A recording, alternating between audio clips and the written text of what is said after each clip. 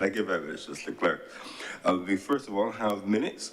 Minutes of our meetings held on Wednesday, June 26, 2024, Wednesday, July 31st, 2024, and Wednesday, August 21st, 2024, to be confirmed. Senator Cummins. Thank you, Mr. President. I beg to move the confirmation of the following minutes, the minutes of our meetings held on Wednesday, the 26th of June, Wednesday, the 31st of July, and August, the 21st, all in 2024. The question is that the minutes of our meetings held on June 26th, July 31st, and August 21st, 2024 be confirmed. Will all honorable senators in favor please say aye? Aye. Those against please say no. Bidding the ayes have it, those minutes stand confirmed. By way of further announcements, I have in the excuses for absence from our meeting today from the Senator, the Most Honorable Dr. Walcott, her Honor Senator Thompson, both of whom are away on national duty.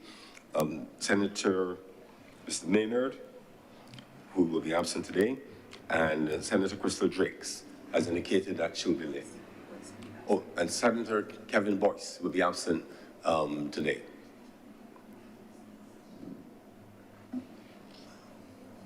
Presentation of petitions, presentation of papers. Senator Cummins. Mr. President, I am commanded to lay the following documents today: the annual report of the Dighton Griffith Secondary School for the year September 1, 2020 to August 31st, 2021. And secondly, the audit financial statements of the Barbados Accreditation Council for the financial years ended March 31st, 2020 to March 31st, 2021, and for March 31st, 2022.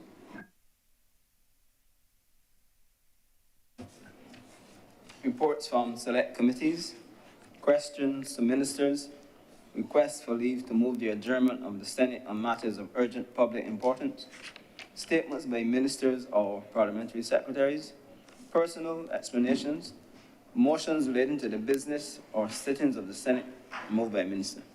Senator Cummins. Mr. President, I beg to move the suspension of Standing Orders 22-1 and 45-2 for the remainder of today's sitting. The question is that Standing Orders 22-1 and 45-2 be suspended for the remainder of today's sitting. Will those honorable senators in favor please say aye? Those against please say no. You think the ayes have it? Standing Orders 22-1 and 45-2 and therefore suspended for the remainder of today's sitting. Introduction of bills. Senator Cummins. Mr. President, I want to join you in welcoming our newest member of the Senate, the Honorable, Senator Mr. Andre Worrell. I do understand that you have been here before, and so I have every confidence that your tenure here will add to the rich and robust debate that takes place in this honorable chamber, and that it will comply with all of the regular expected parliamentary procedures that we have all become accustomed to. So welcome once again. Mr. President, today I stand, first of all, to beg the first reading of the Electricity Supply Bill 2024. The withdrawal. Yeah.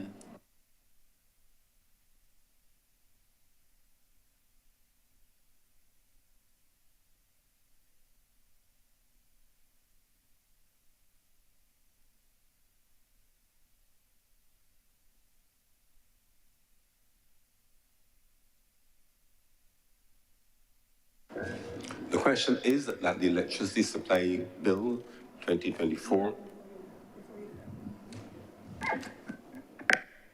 Mr. President, the bill that is before the Honourable Chamber is to be withdrawn and to replace. Honourable members are in possession of the new bill, which is to be substituted. And so I beg to move that this current bill be withdrawn and replaced with the one which was circulated.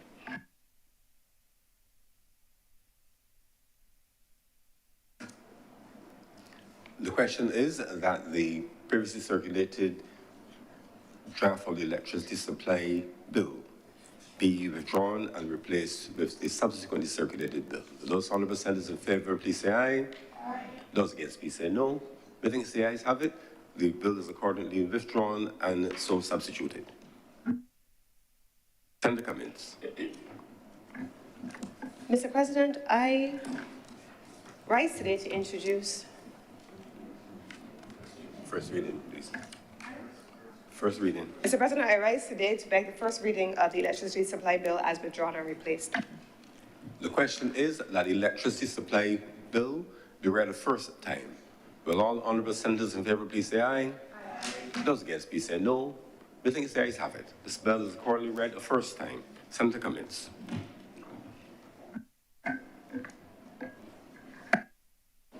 We don't have to. Right. Mr. President, public business. Public business is now the order of the day. Order number 6. Order number 6. In the name of the Honorable Leader of the Senate, to move the second reading of the Electricity Supply Bill 2024. Senator Cummins. Mr. President, the bill before the Honorable Senate is a detailed and an extensive bill. The colleagues are in possession of the bill, which is at order number 6, and I intend during the course of my presentation today to take the time to ensure that colleagues have a full update on not only the process by which this bill has been brought before this honorable chamber, but also, Mr. President, the substance of the bill. I start, first of all, Mr. President, with the process by which this bill has now reached this honorable chamber. Mr. President, somewhere back in 2019, when it was made clear that the existing regime under the Electric Light and Power Act and where the democratized and liberalized energy sector was evolving needed to be aligned, the journey of this bill began. This bill, Mr. President, was initially drafted for the first time in 2019. And then, Mr. President, from that far back, consultations were held with the primary stakeholders in the energy sector and broad stakeholders in the energy sector. 2019, Mr. President, at that time, we had stakeholders which included the Fair Trading Commission, the Government Electrical and Engineering Department, the Ministry of Energy, of course, anchored the process, the Electric Light and Power Committee, and the list continued. On the basis of those 2019 consultations which started, a bill itself then began to evolve by 2020. And in 2020 then, Mr. President, the draft bill was then submitted to the Chief Parliamentary Council, who, as we all know, is responsible for the legislative drafting of government's bills. In 2020 then, and by 2020, Mr. President, and with great detailed work undertaken, the legislative part of the drafting began. Mr. President, by 2022, in November, the bill then was being prepared for submission for the first time, starting in 2019, to the Cabinet of Barbados. Mr. President, I recall, I believe we were on the way to the late Sir Lloyd Standiford, his funeral. We were on our way to St. Peter Parish Church. And I recall, Mr. President, as the minister with responsibility for this bill, being on a call all the way from the pickup point where all of us assembled, all the way to St. Peter Parish Church, dressed for a funeral and with my pods in my ear, going through this bill in draft, line by line, section by section, until I arrived at the church. That was on the day of the funeral of the late Sir Lloyd Standiford. This is how long this goes back. That call, Mr. President, included persons, including the Chief Parliamentary Council and several others. Once that bill was finalized coming out of that process, Mr. President, I had to leave that consultation with my pods in my ear because it was taking place online, and I went to the funeral while the consultation continued, line by line, section by section. The bill then went, Mr. President, to the Cabinet. The cabinet then approved the bill, issued drafting instructions, issued instructions to the Chief Parliamentary Counsel then to take the bill and to ready it for public consultation. That was in November of 2022, Mr. President. That process continued, Mr. President. Once the bill came back to the ministry, the bill was put out for public consultation. That public consultation, Mr. President, continued until February of 2023, where on the platform of the Ministry of Energy and Business's website, via the Government Information Service on all of their platforms, via public notices in the newspaper inviting public consultation on the bill and inviting persons to submit comments on the bill, every member of this country who asserts that they have an interest in the electricity sector had an opportunity between 2019 and 2023, if they so desired, to comment on this bill. But that was at February 2023, Mr. President. We then, come February 2023, took all of the comments that we received from all of the stakeholders, Ms. Braffet on the Pike Corner bus, to the association, Mr. President, who has a vested interest in Barbados Renewable Energy Association, they all submitted comments. The Fair Trading Commission submitted comments. We then went through the arduous task, Mr. President, and I want to commend the officers of the Ministry of Energy, because drafting is no small thing. And drafting, when having a consultative process as wide as I have described, is definitely no small thing. So, Mr. President, the team at the Ministry of Energy, and we had a consultant who was hired to work with the ministry, then took all of the comments of all of those who had an interest in the energy sector and being consultative in the energy sector. They then codified all or collated all of those comments into a detailed matrix. That detailed matrix, Mr. President, led to us having a consultation in person at the Lloyd Erskine Sandiford Center, where the public and those persons who had submitted comments were invited to attend. They attended that meeting in their numbers, Mr. President. We used one of the large meeting rooms in LESC because the number of persons who confirmed their participation was so significant. And they came, Mr. President, and submitted their further views on the consolidated text. They had the opportunity, Mr. President, to interrogate submissions that had been made by other parties that they may or may not have agreed with. They had the opportunity to make further revisions to their additional submissions. They had the opportunity, Mr. President, to say, I agree here, but I would prefer something else to go there. It was an exhaustive process, Mr. President. When we were finished with that, Mr. President, come March of 2024, we were not satisfied still that we had made sure that everybody's views had been incorporated. This is a government of consultation, Mr. President, and this bill is perhaps one of the most recent representations of what consultation and engagement with the public looks like. Not just talked about, looks like, Mr. President. So what did we do?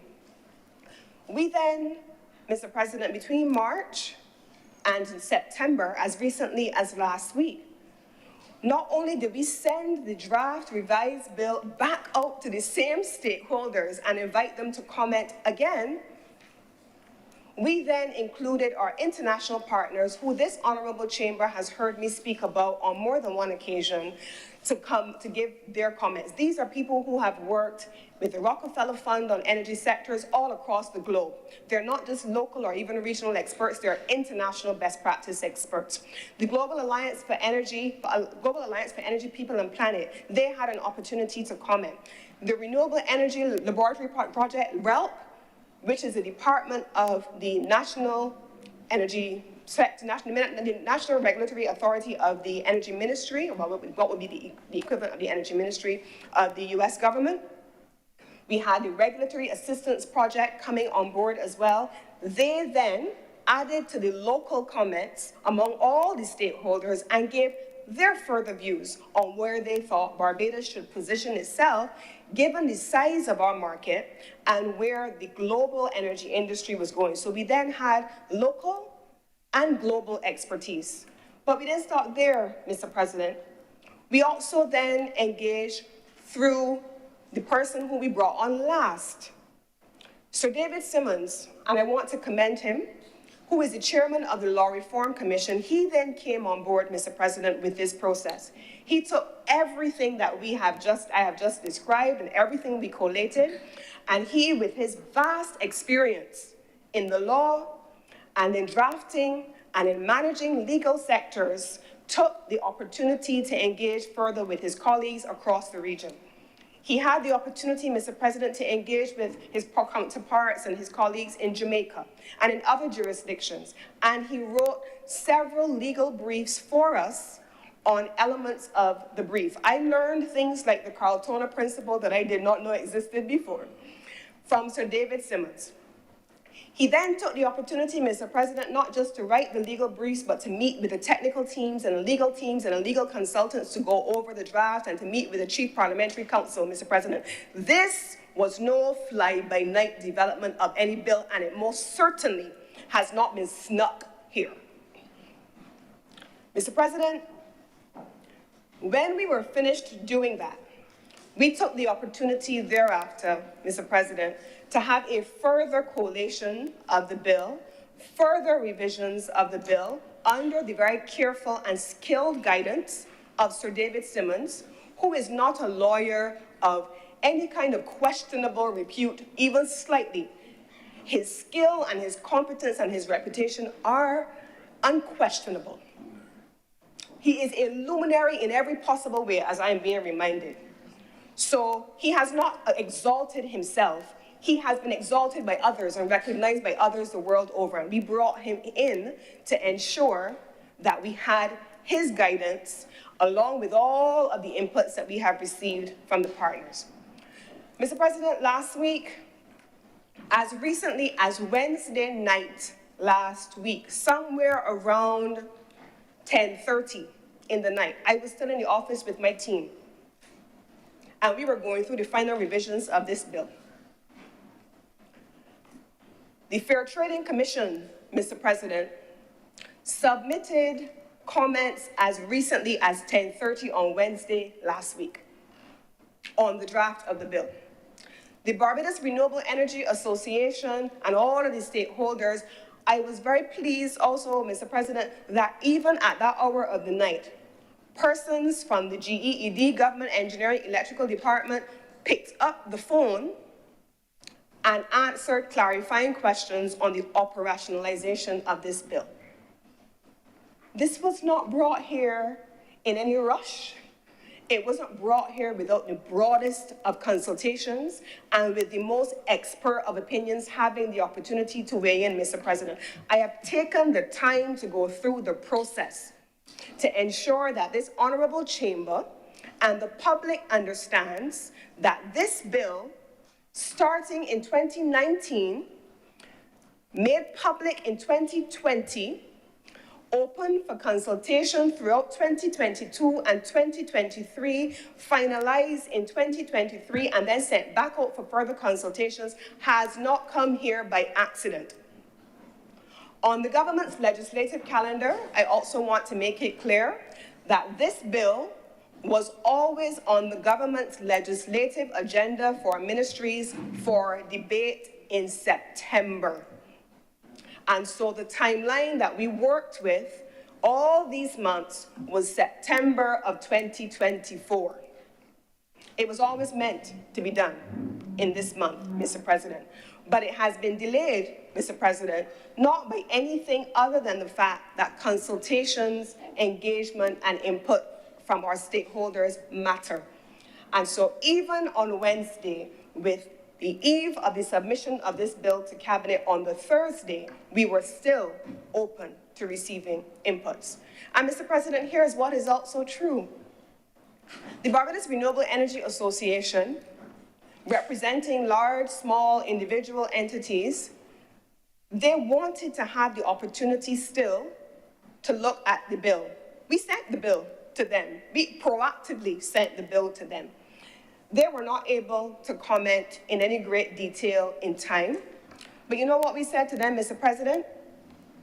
That a bill on the energy sector or any legislation in the energy sector, because the sector is so fast moving, because technology is so aggressive and is moving so quickly, the inevitability, Mr. President, of us having to revisit things over time is extremely high.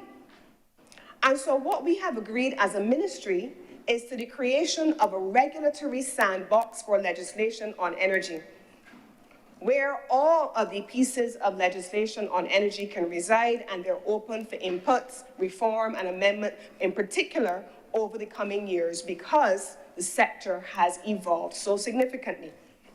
So, Mr. President, I wanted to start there so that it is clear that from the government, from the public, from the associations in the energy sector, from the utility, from the regulator, from every entity. Mr.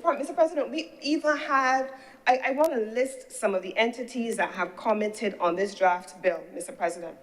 The Fair Trading Commission, the Barbados Light and Power Company, the Government Electrical Engineering Department, the Ministry of Transport Works and Maintenance, and you will see as I go through the bill why that is important. The Ministry of Environment and Natural Beautification, you will also see why that is important when I begin going through the bill.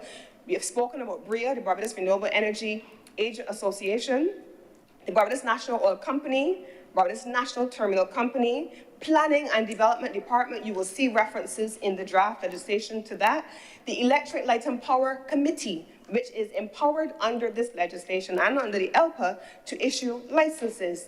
The Ministry of Agriculture and Food Security, BADMC, BAMC, Water Authority, the Ministry of Finance, the University of the West Indies, Mr. President, the National Standards Institution, Barbados Association of Retired Persons, they have sat as an intervener and they took the opportunity to submit, Mr. President, their comments. Everyone else had an opportunity to do the same. RUBIS, the Barbados Association of Professional Engineers, the Barbados Cooperatives League, the Bioenergy Group, the Transport Board, the Airport, the Seaport, the Division of Information, the Ministry of Education, the Alliance of Public Transport, the Alliance of Public Transport Operators, Sanitation Service Authority, the Barbados Community College. Mr. President, I think that I have listed a wide enough cross-section of stakeholders that will suggest to you that even if that is not exhausted, and it is not, from Williams Capital, all of the players, large, small, government, private, have had an opportunity, and I want to use this opportunity to thank them for engaging with us in a meaningful and in a constructive way to be able to make the necessary changes to a piece of legislation that will affect us all. Now, I want to come, Mr. President, to the legislation itself, and I hope that in my exhaustive detailing of what the consultation process was leading to this, I have made it clear that we are a government of consultation in name and in action. We are a government of engagement in name and in action.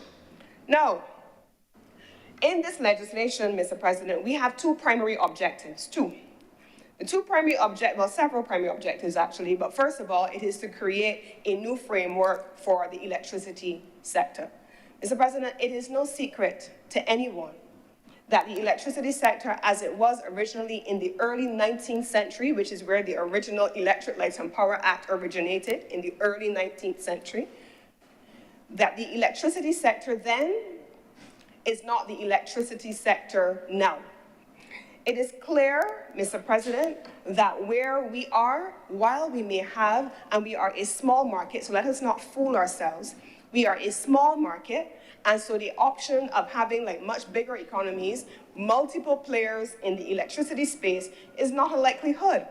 Across the Caribbean region, in every instance, you have a single utility. Every single Caribbean country, because of size and scale, they have a single utility. Barbados is no different. So there has to be a discussion around how to manage a single utility as a monopoly service provider while liberalizing the sector to make sure that there is democratization of access for all, for people. So this legislation attempts to find that balance. It also attempts, Mr. President, to treat to the historical legislation that exists that needed to be brought into alignment. The ministry has the role of market monitor for the energy sector. The Fair Trading Commission, governed by the Fair Trading Commission Act and with responsibility for administering the Utilities Regulation Act, has the responsibility of the regulator, ensuring fair competition, ensuring that they protect the rights of the consumer, ensuring that they also provide for an enabling environment to ensure that investments by the monopoly utility are managed in a way that it balances both the cost effectiveness of that investment, the return on investment by the entity, and simultaneously protecting consumers. Those are the remits of the Fair Trading Commission. But the ministry is market monitor. And so these various agencies have been functioning all of this time in a very largely incoherent way. There has not been historically the kind of collaboration that has been needed on a policy level among the agencies. This bill seeks to do that.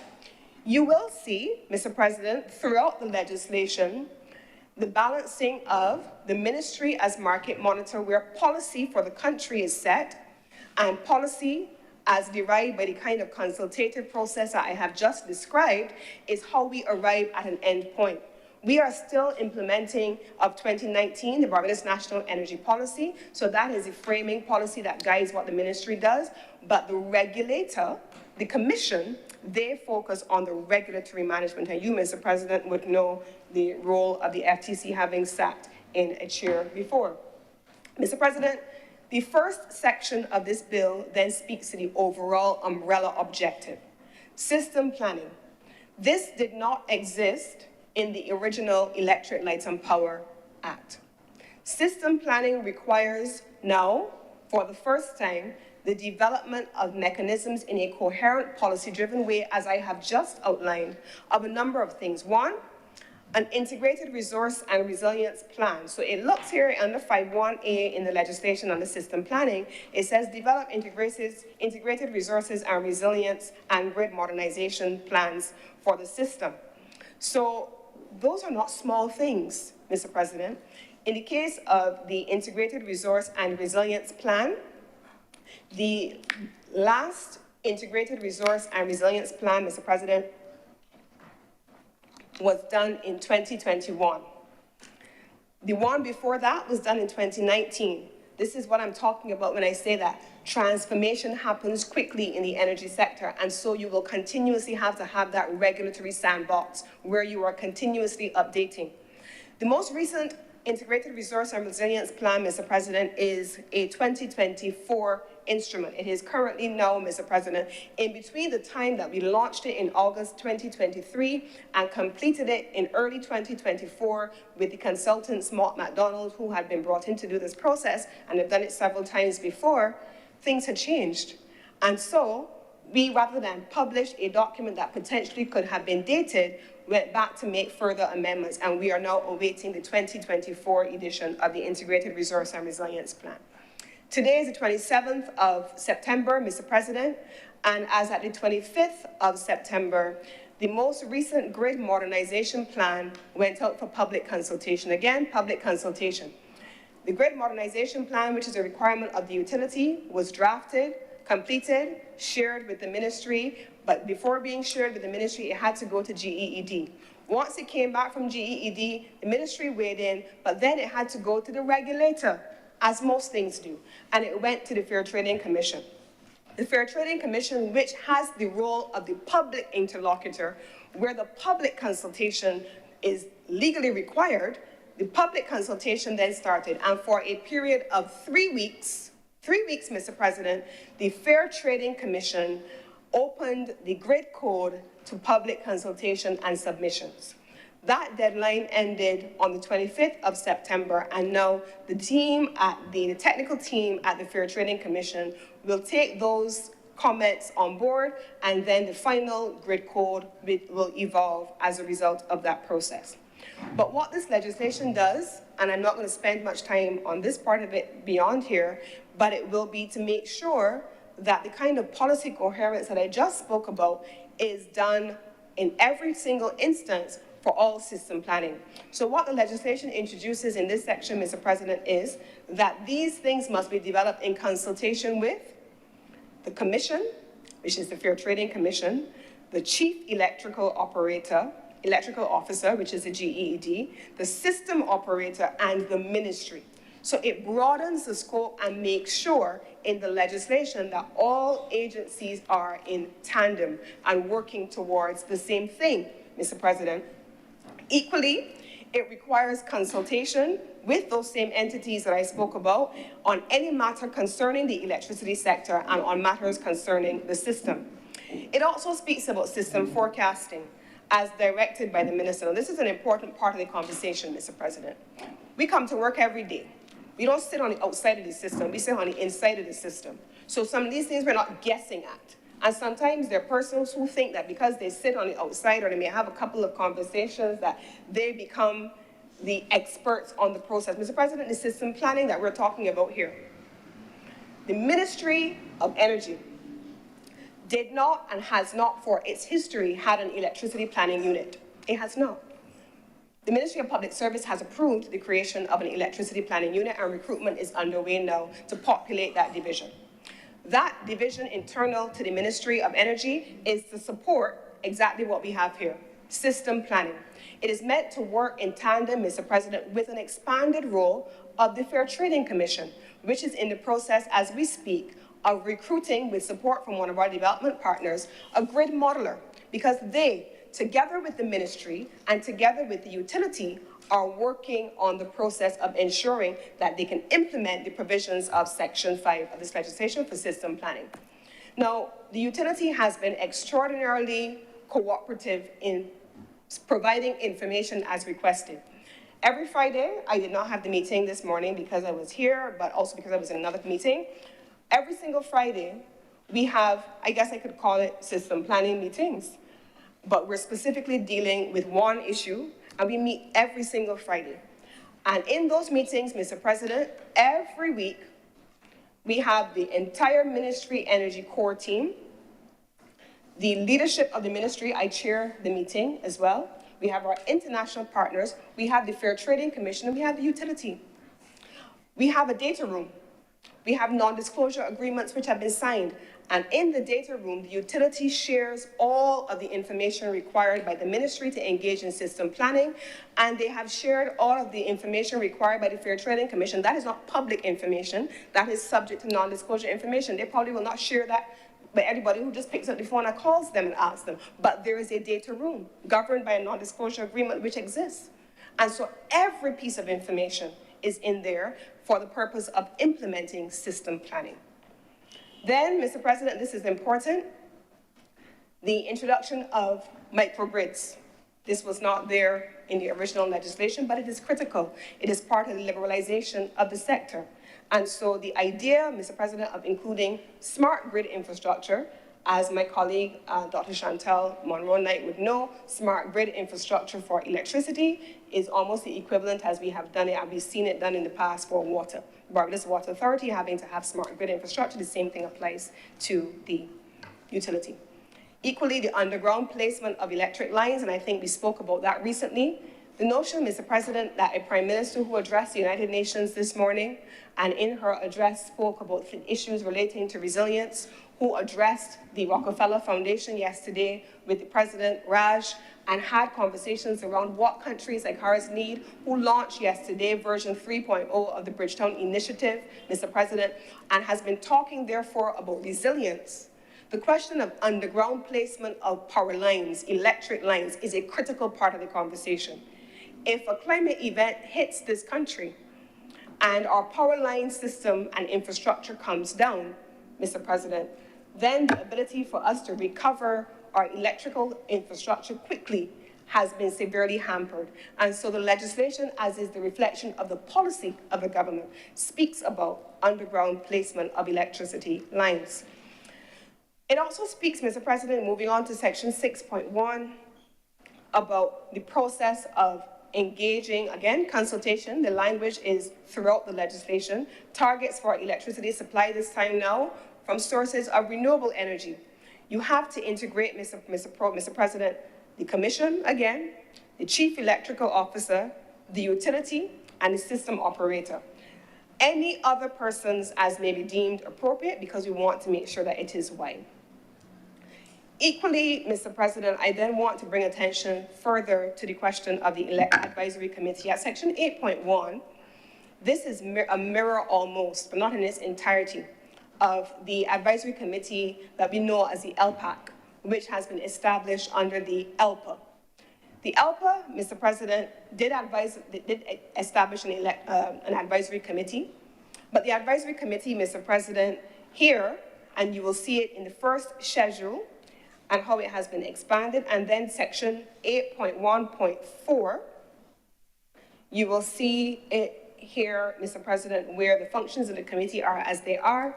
But then if you were to go to the first schedule, we have integrated that not just the role of the committee to focus on advising the minister on matters especially relating to licenses, but to ensure that, one, the committee is populated by experts in their disciplines who understand the energy sector specifically, but then secondly, Mr. President, that the committee has the opportunity in its own right, before advising the minister, whoever that minister is, to consult with anybody who it deems to be an expert in a given area. This is captured in the first schedule relating to Section 8 of the legislation.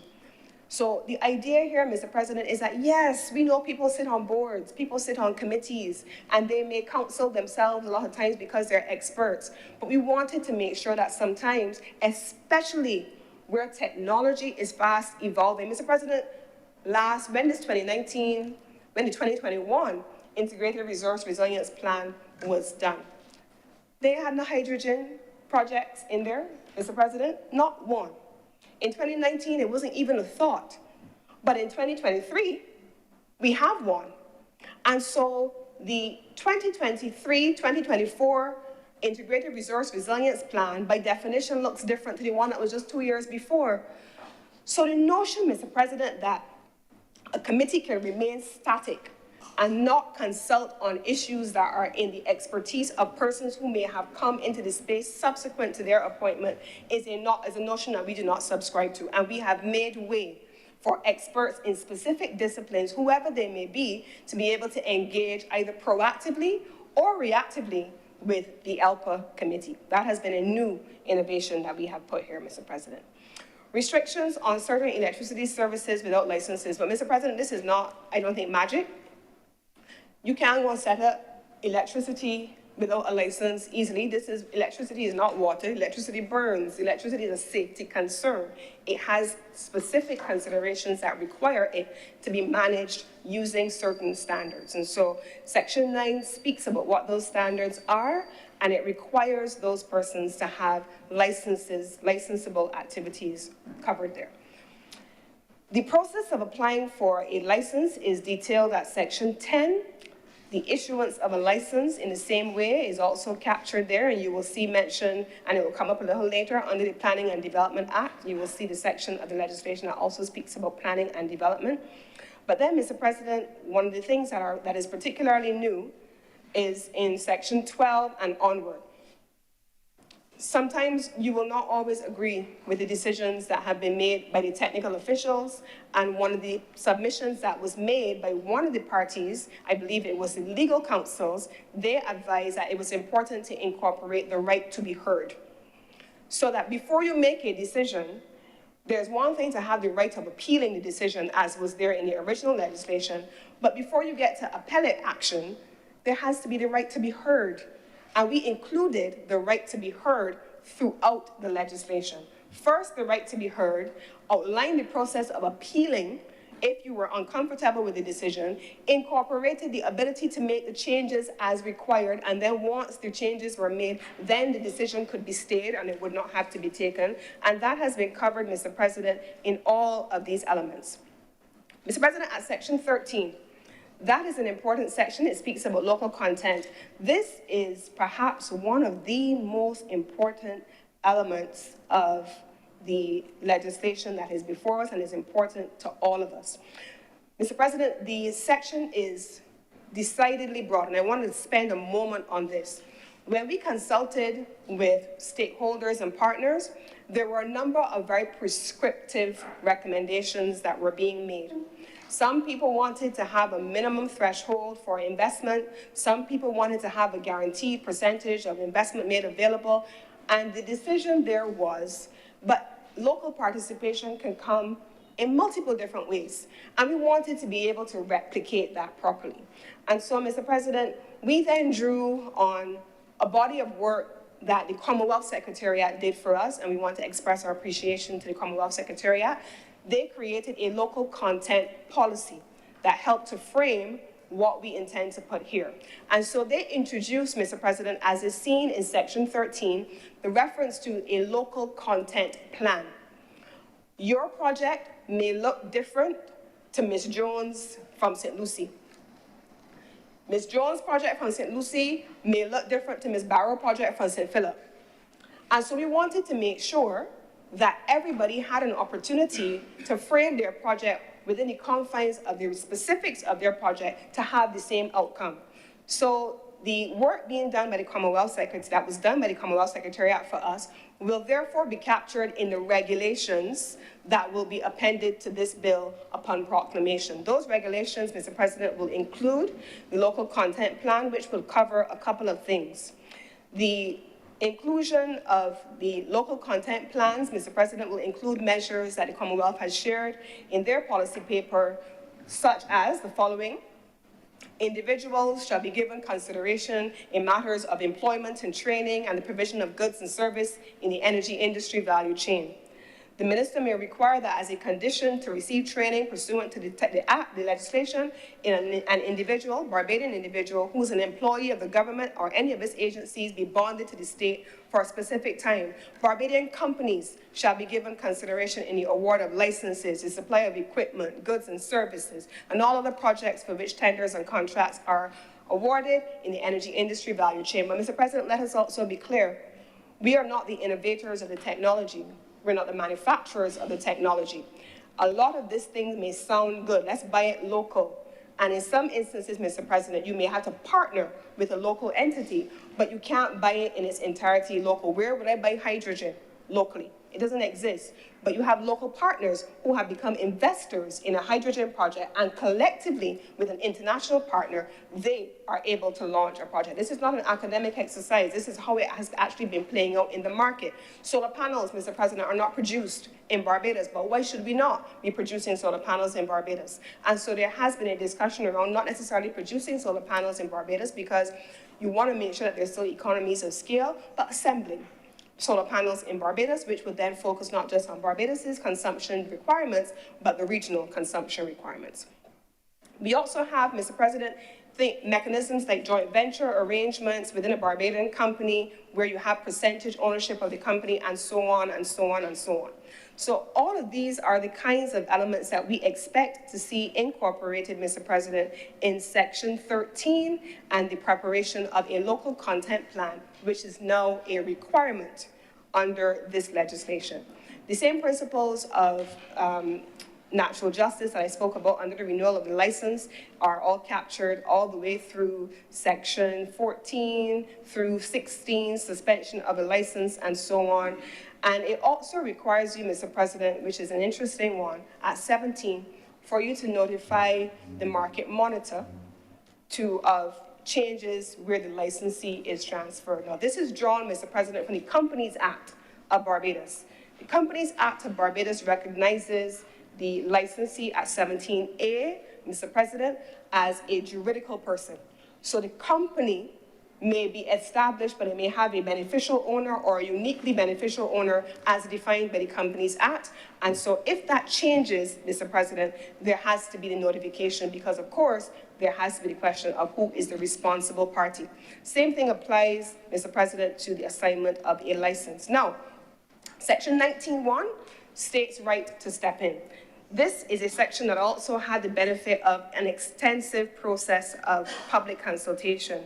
And in fact, Sections 3 and 4 are insertions that came from many of the parties that agreed with those sections that they needed to be included. The state's right to step in. So where the public utility and a system operator or an independent power producer, which I shall call an IPP, fails to perform a material obligation, not just any obligation, a material obligation, or suspends or ceases operations in the electricity sector for any reason other than an event of force majeure, or the suspension or revocation of the license, the state shall have the right to step in and take over the performance or obligations of the operations.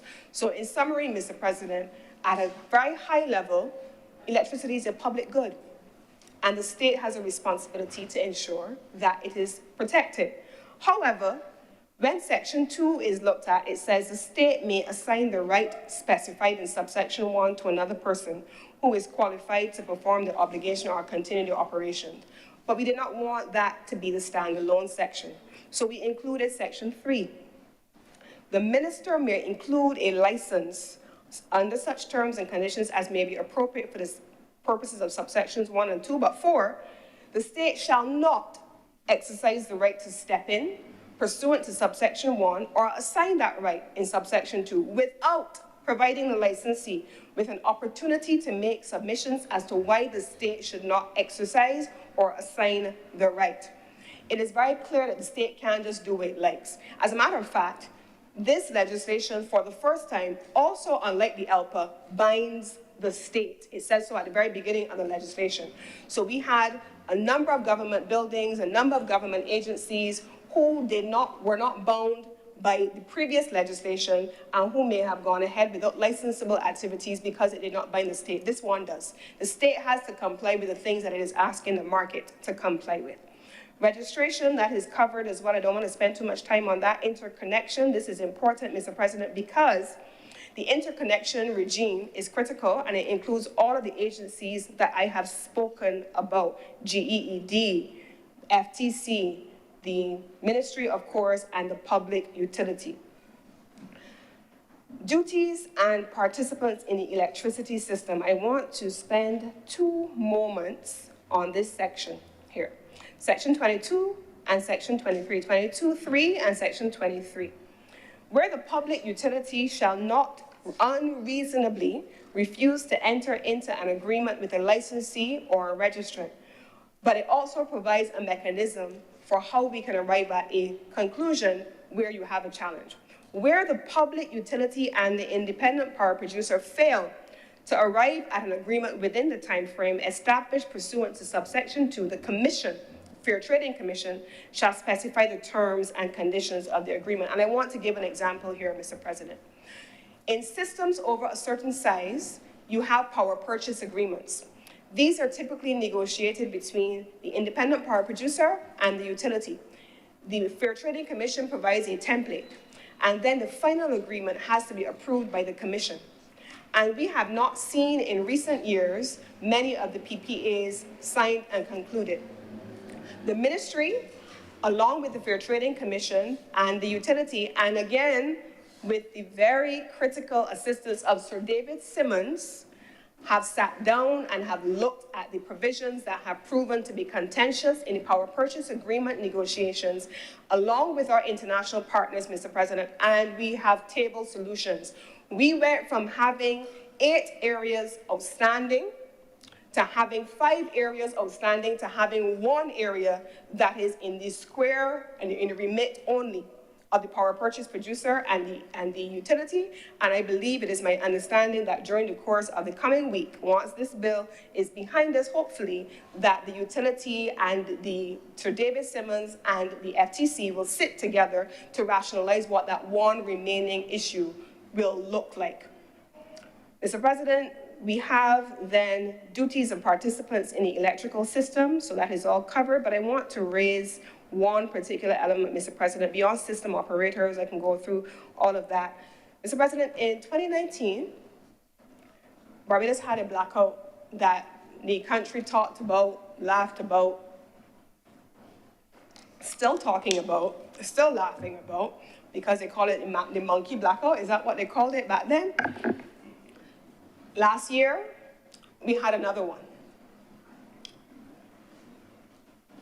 The existing legislation had no obligation for the utility to report to the minister. They did so out of relationship with a government, any government at that time they would speak to and let know what is happening, because the government has a responsibility for a public good, which is electricity. Mr. President, when the electricity went out on that blackout, and I've told this story before, when the electricity went out, I believe we were in cabinet. It was a Thursday afternoon, so I remember well. And I remember speaking to the utility and saying, what is the problem? What's happening? And they said to me, we expect the power to be back up potentially within the next 2 hours.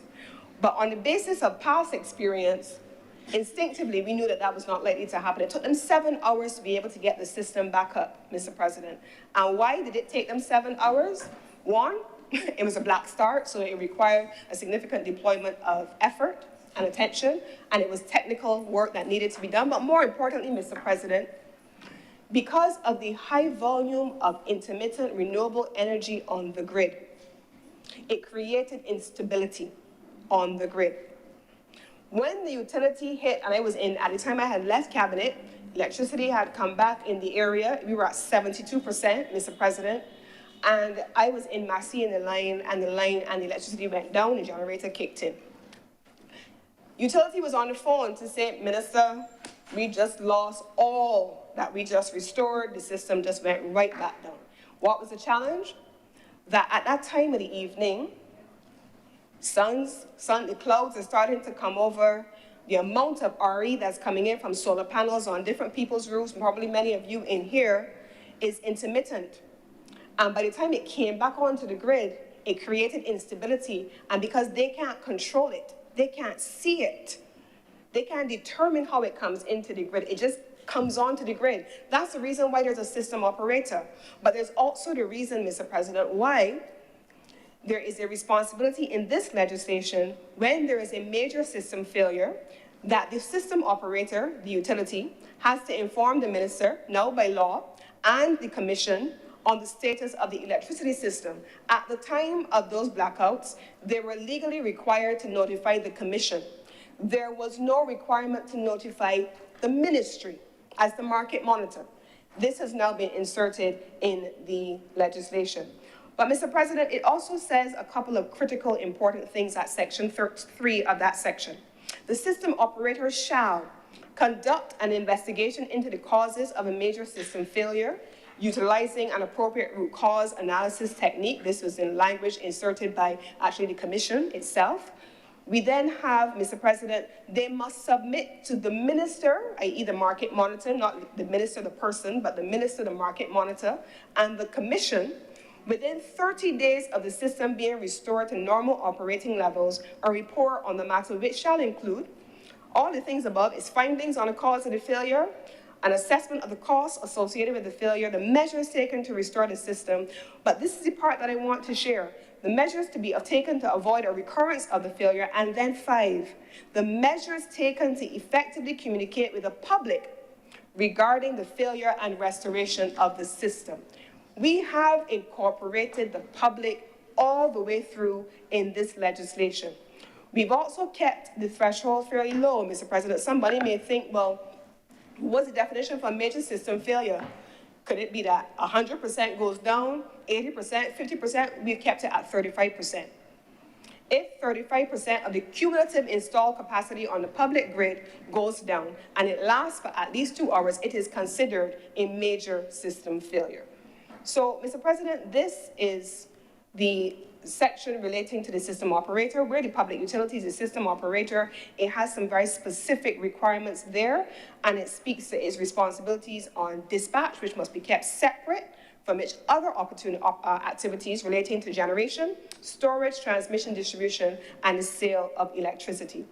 Mr. President, as I come to the latter part and try to close out my initial presentation, I did say I was going to try to be as exhaustive as I could on the bill. Under Part 6, Mr. President, of the legislation, and I'm not going to go through this section of the legislation covers the interrelationship between the Ministry of Public Works, Ministry of Transport and Works, and the Government Electrical and Engineering Department. This creates, Mr. President, these sections are lifted from the previous legislation at 2013, but they have been improved on, Mr. President, by expanding them substantially. So in summary, Mr. President, you can't just go and break out the People Road and just decide what you're going to do without reference to the Chief Technical Officer. So you see the reference to the Chief Technical Officer, a functionary, all the way through here. You see the reference, Mr. President, to the Chief Electrical Officer, all the way through the text as it relates to electricity, covered in this section of the legislation. The power to alter the positions of poles and wires and so on, that's not a matter in the public domain. You can't just do what you feel like. All of this is covered, Mr. President. Restriction on works above ground, restriction on the placement of electrical lines. Those are all matters which have to be dealt with and have to be approved by the appropriate technical entity, Mr. President. Mr. President, I then want to bring attention very quickly, if I can, to the section relating to codes, the grid code. I spoke about that earlier, so you have that there. A dispatch code is fairly important, especially, Mr. President, because this did not exist before, and the ministry now has a requirement for a dispatch policy and a dispatch code as well. So you have both the grid code and the dispatch code, and those shall be required under this legislation. Finally, Mr. President, well, almost finally, Part 8, Electricity System Benefit Fund. This is established under the legislation. The amount of work, and I asked my team last week to begin the process of aggregating the cost of the work that we have had done by agencies that have supported us. The Inter-American Development Bank, I have to recognize them publicly. The Rockefeller Fund, the Bezos Fund, the IKEA Fund through GIAP, I have to recognize them publicly. RELP, I have to recognize them publicly. RAP, I have to recognize them publicly, Mr. President, because if the volume of work that we have gotten out of all of those agencies were to be costed, my staff tells me we would be in the millions and the millions of dollars because they have worked with us in an extraordinary way. Mr. President, the team in the Ministry of Energy, with the support of these partners, can now tell you that we have in our possession a full grid characterization study. We have mapped the entire country, Mr. President. We can tell you where the clusters of solar exist, where the clusters on transmission lines, on distribution lines, where storage needs to be deployed, for what purpose. That work has been done with the support of these partners and through the exchange of ready information under non-disclosure agreement from the utility. They're not things that you can just necessarily, there are people, last week or so, someone came and they said, oh, we want to do a project in Barbados, and we went to the utility and they were asking the utility some questions, and what they got from the utility they were not satisfied with. I said, but you're not under non-disclosure agreement. Why would they share their proprietary information with someone who's just walking off the road? It don't work so. So they didn't.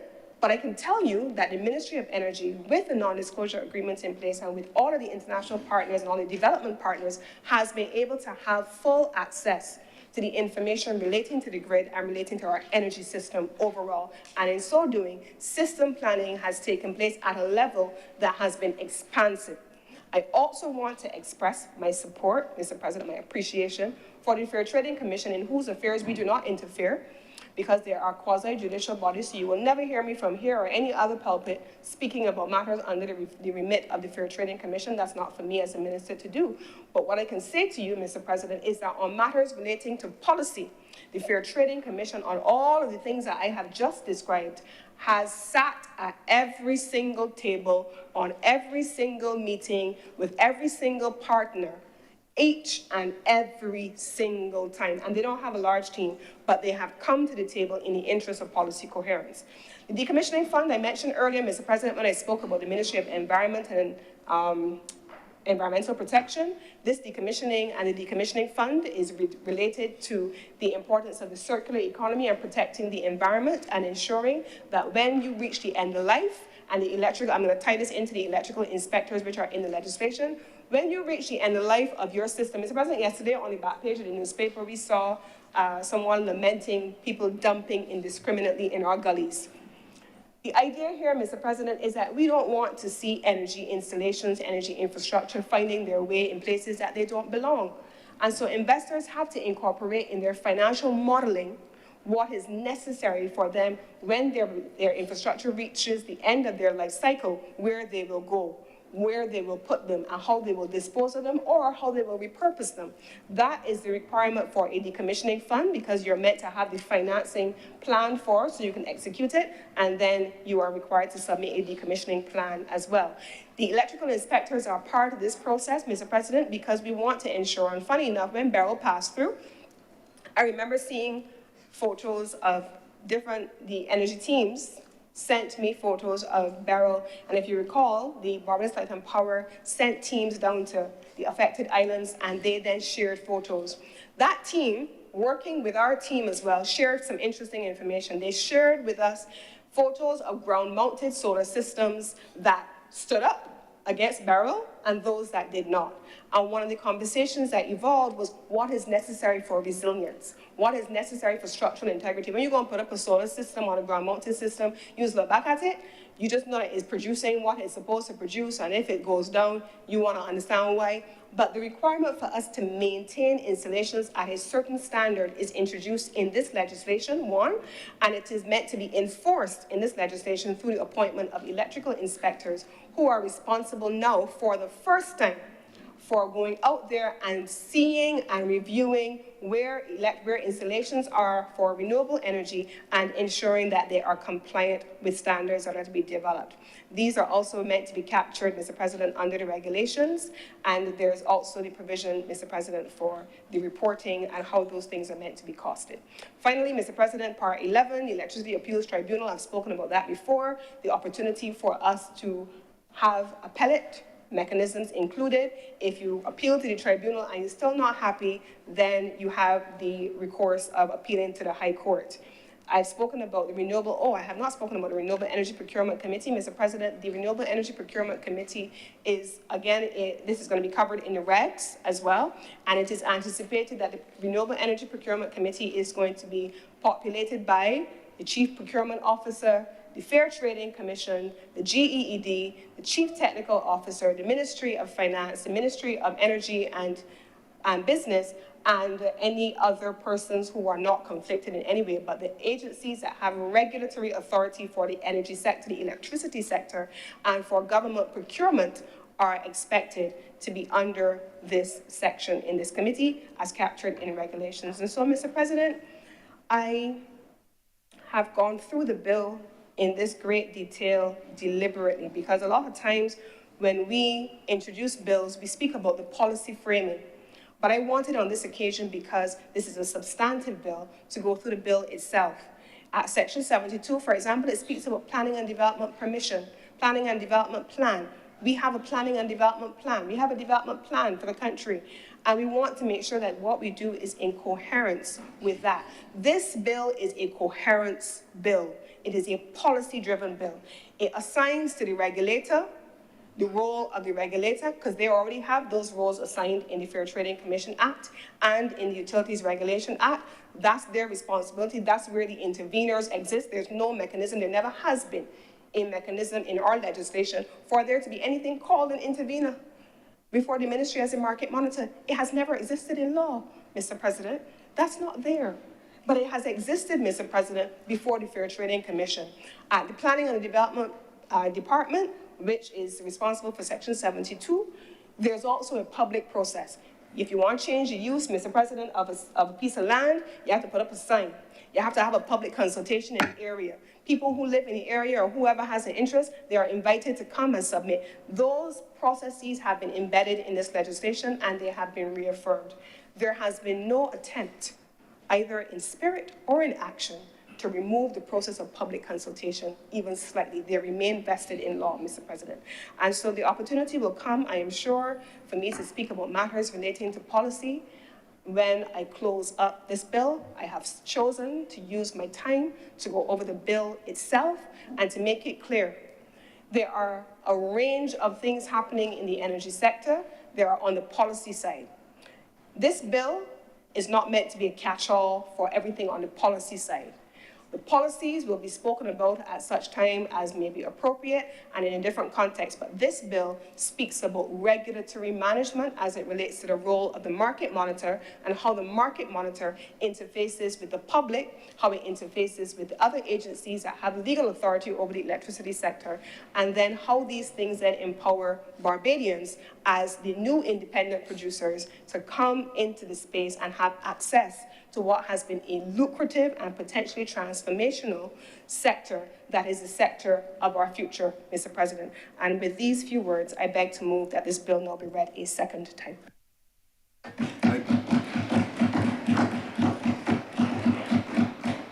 Thank you, Senator Cummins. Senator Walters.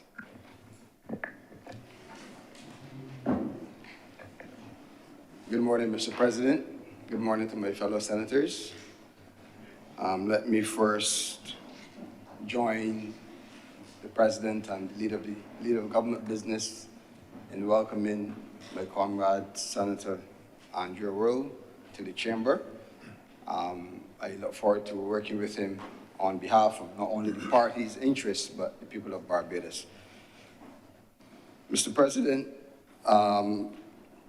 this bill, as Senator Cummins has alluded to, is a very technical bill and deals with different specifics as relates to regulation.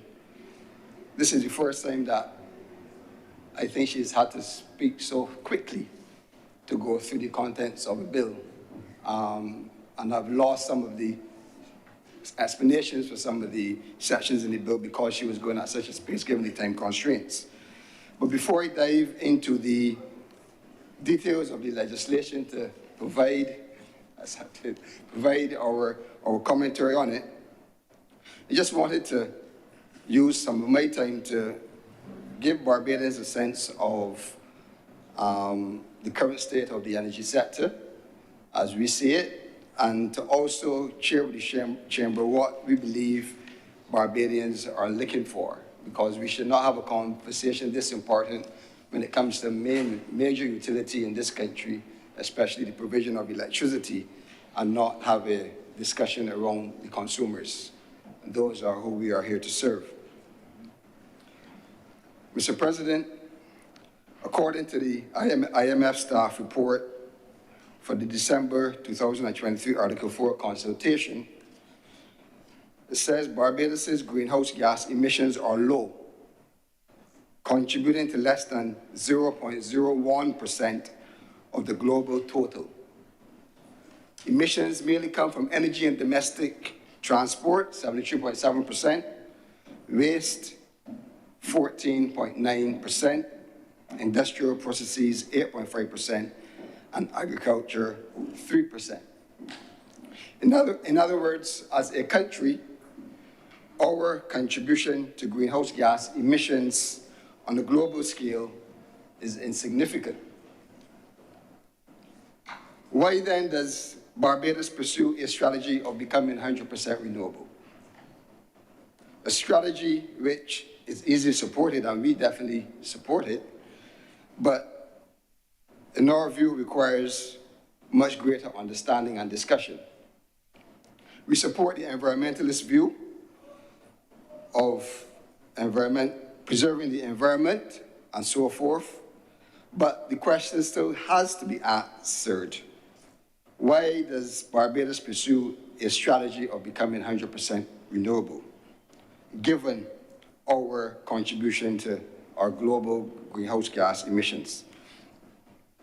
We have been told in many places, in many different times, that there are so much benefits to the transition of moving away from the extremely high reliance on fossil fuels. So we want to move away from our traditional reliance on fossil fuels, primarily because of three things we were told. We have our benefit of our geographic location to exploit: sun, sea, wind, and other sources that we can use to generate our own energy.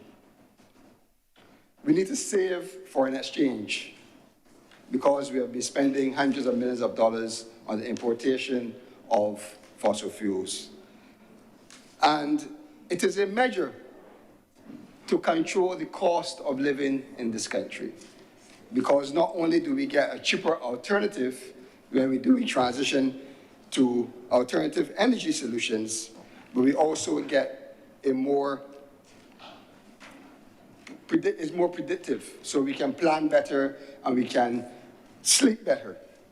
So it helps control cost of living, is a measure to save foreign exchange, and we have the geographic location to exploit the move to transition. This is what we've been told over the time by different persons in different places, and I think generally, Barbados understands this. So it is an easy sell to the consumers of the country. In my view, it's an easy sell.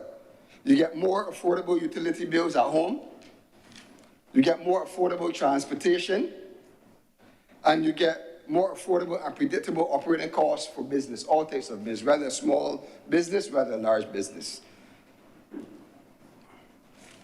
It is no doubt that there's been an ongoing discussion about the high energy cost that Barbados has when compared to our global partners as well. This has been an ongoing discussion, and it has been across governments, so it's not isolated to the last 6 years, definitely not. But we have seen on more than one occasion that we have ranked within the top 10 of the highest gas prices in the world.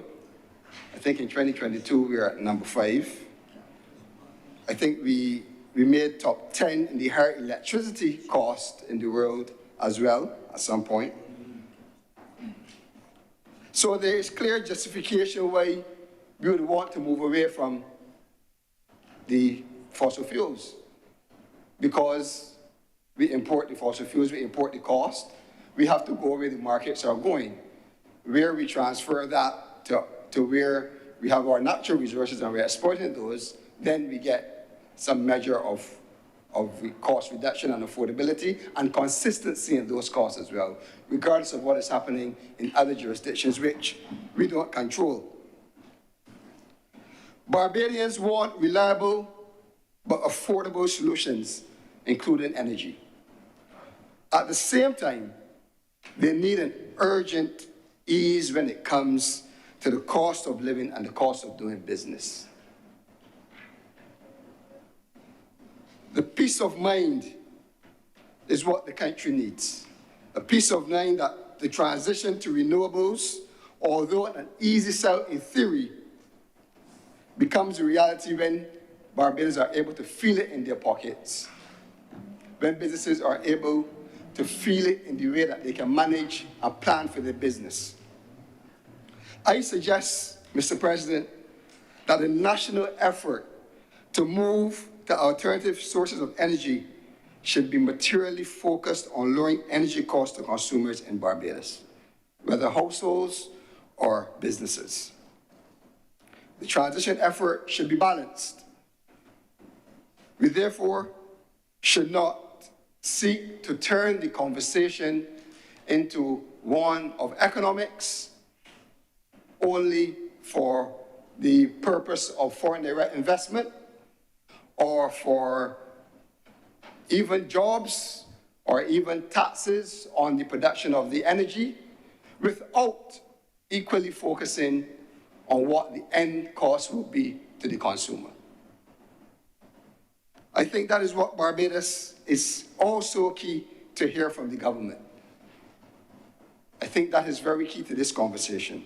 The bill, substantially, while it does not focus on the cost of electricity directly, and it deals with the framework and the regulation, we should be rest assured that the framework in the legislation does not have the implications to not transfer the benefits to consumers that they can feel, whether in the medium term to long term, the effects of a renewable transition in the country.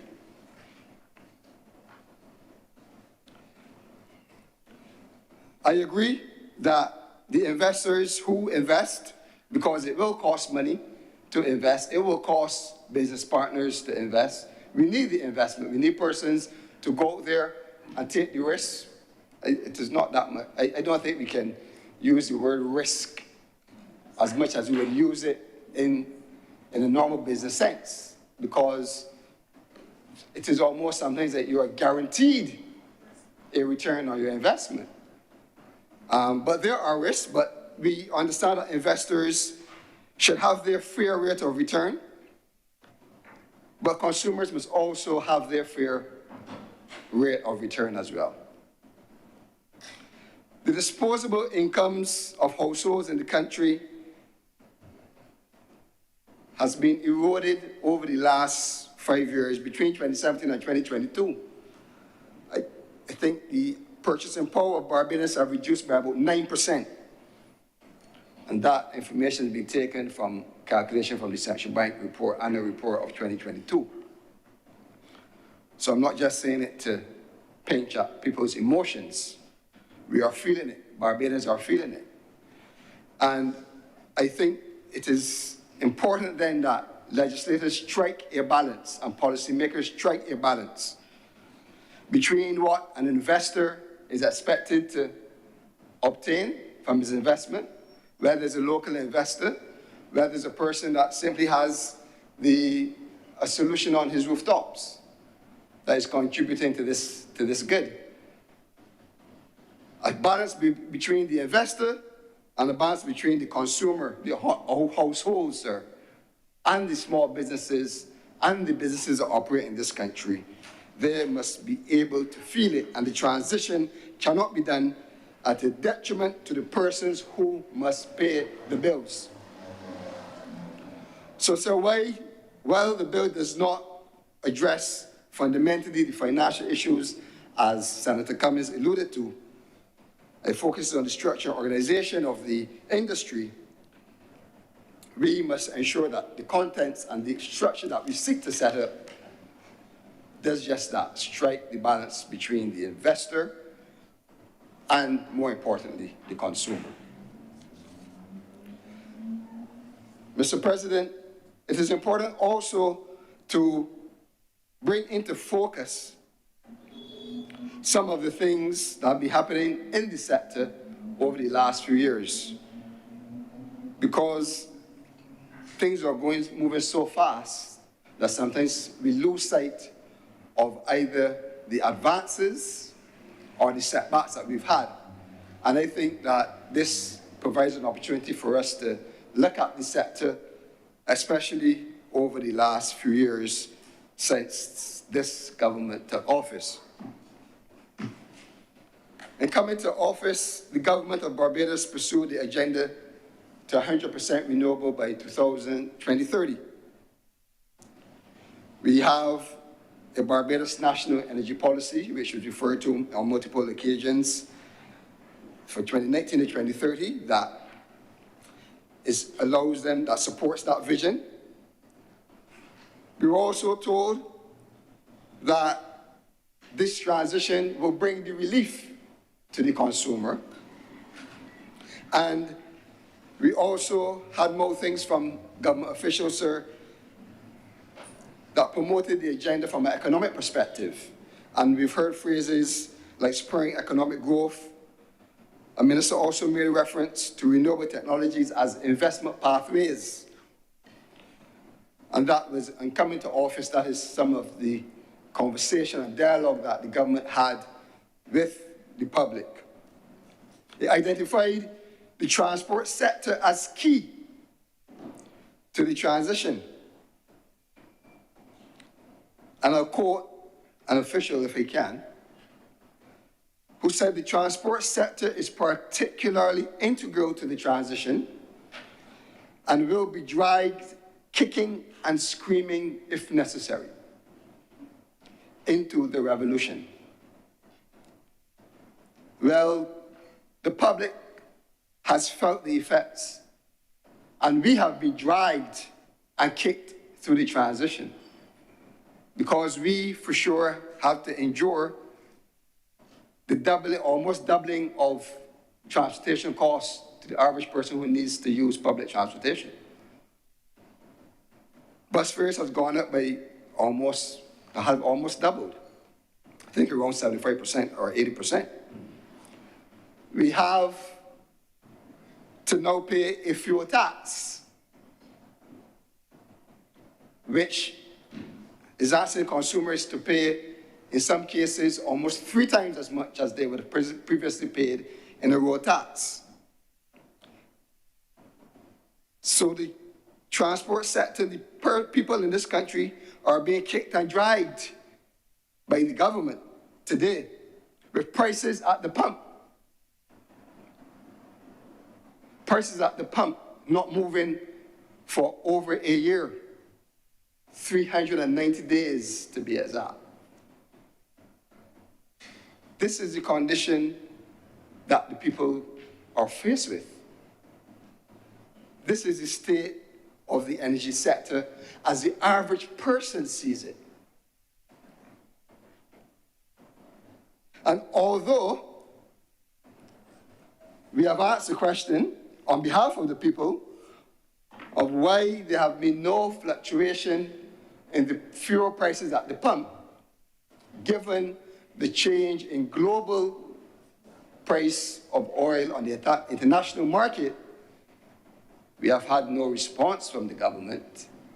I don't know if the government believes that they are responding to the Democratic Labour Party, but they are really responding to the people of Barbados who have to pay the exorbitant prices at the pump, given the going away from the custom of being able to achieve some savings when the prices dip internationally. Because when the prices go up, we are asked to bear the cost. So when the prices come down, it is only fair that consumers expect that the prices come down. I have seen in the media recently also that a minister in government has reported that the government will now examine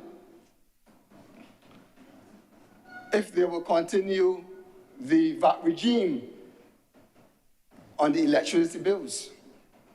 And in that media release, what caught my eye was that I think it was reported that a barrel of oil, the Brent crude oil, a couple of days ago, traded at about $75 a barrel. And when I checked the history and the correlation between the price of a barrel of oil on the international market using the same Brent crude oil index and the price at the pump, Barbadians in the past were paying around $4 per liter. We are paying $4.22. So there are questions that need to be asked when it comes to the energy sector in this country. As I said, we cannot move ahead without taking the consumers with us.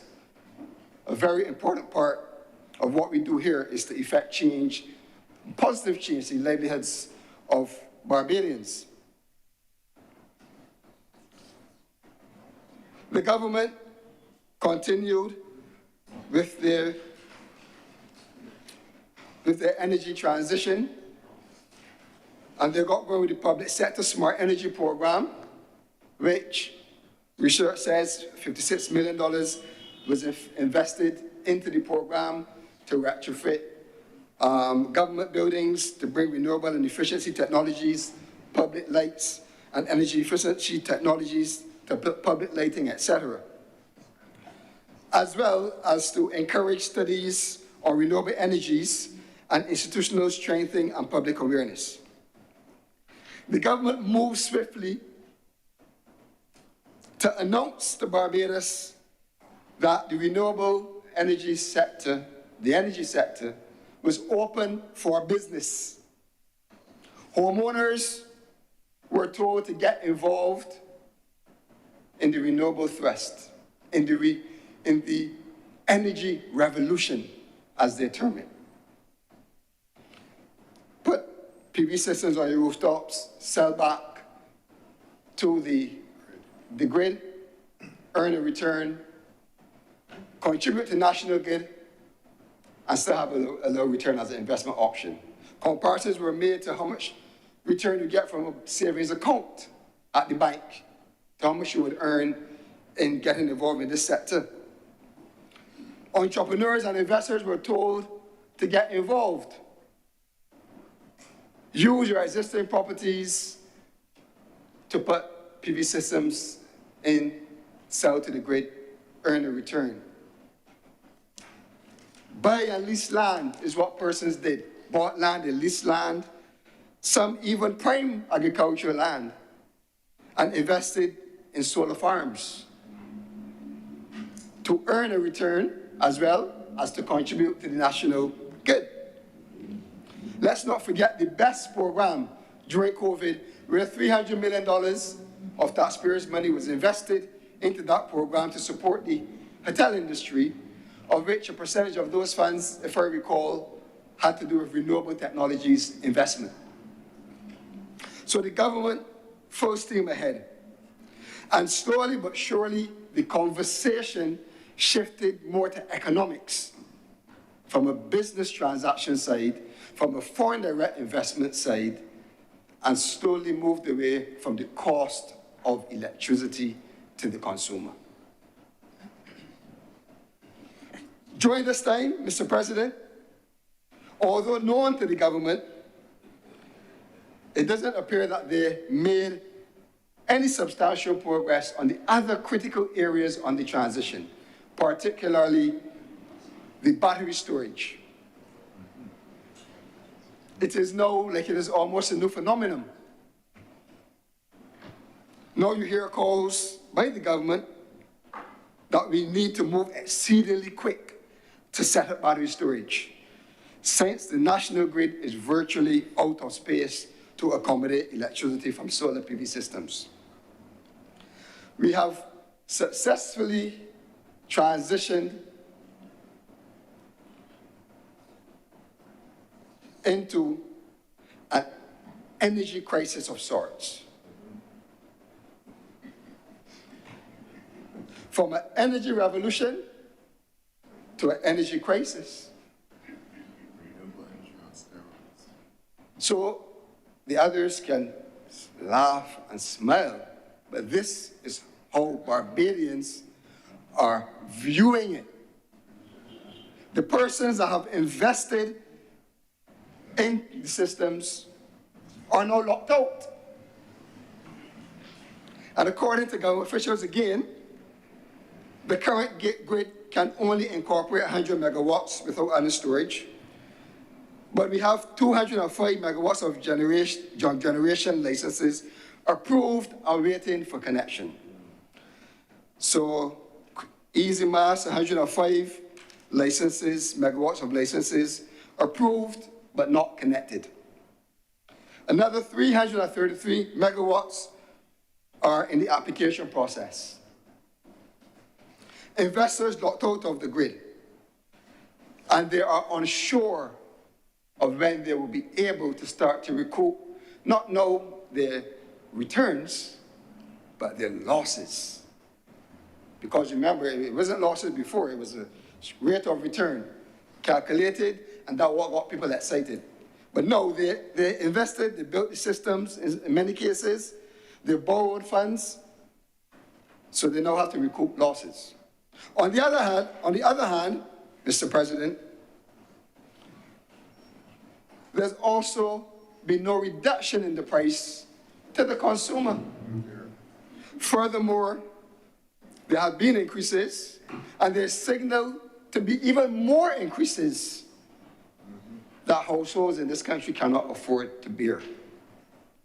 And if the government now has to go back to assess if they are going to continue to give an ease to consumers with the electricity bills past September 30th, it is a very easy task, because I can't remember the VAT rate that is being charged, but there is a VAT reduction on generally 7.5% on generally domestic use.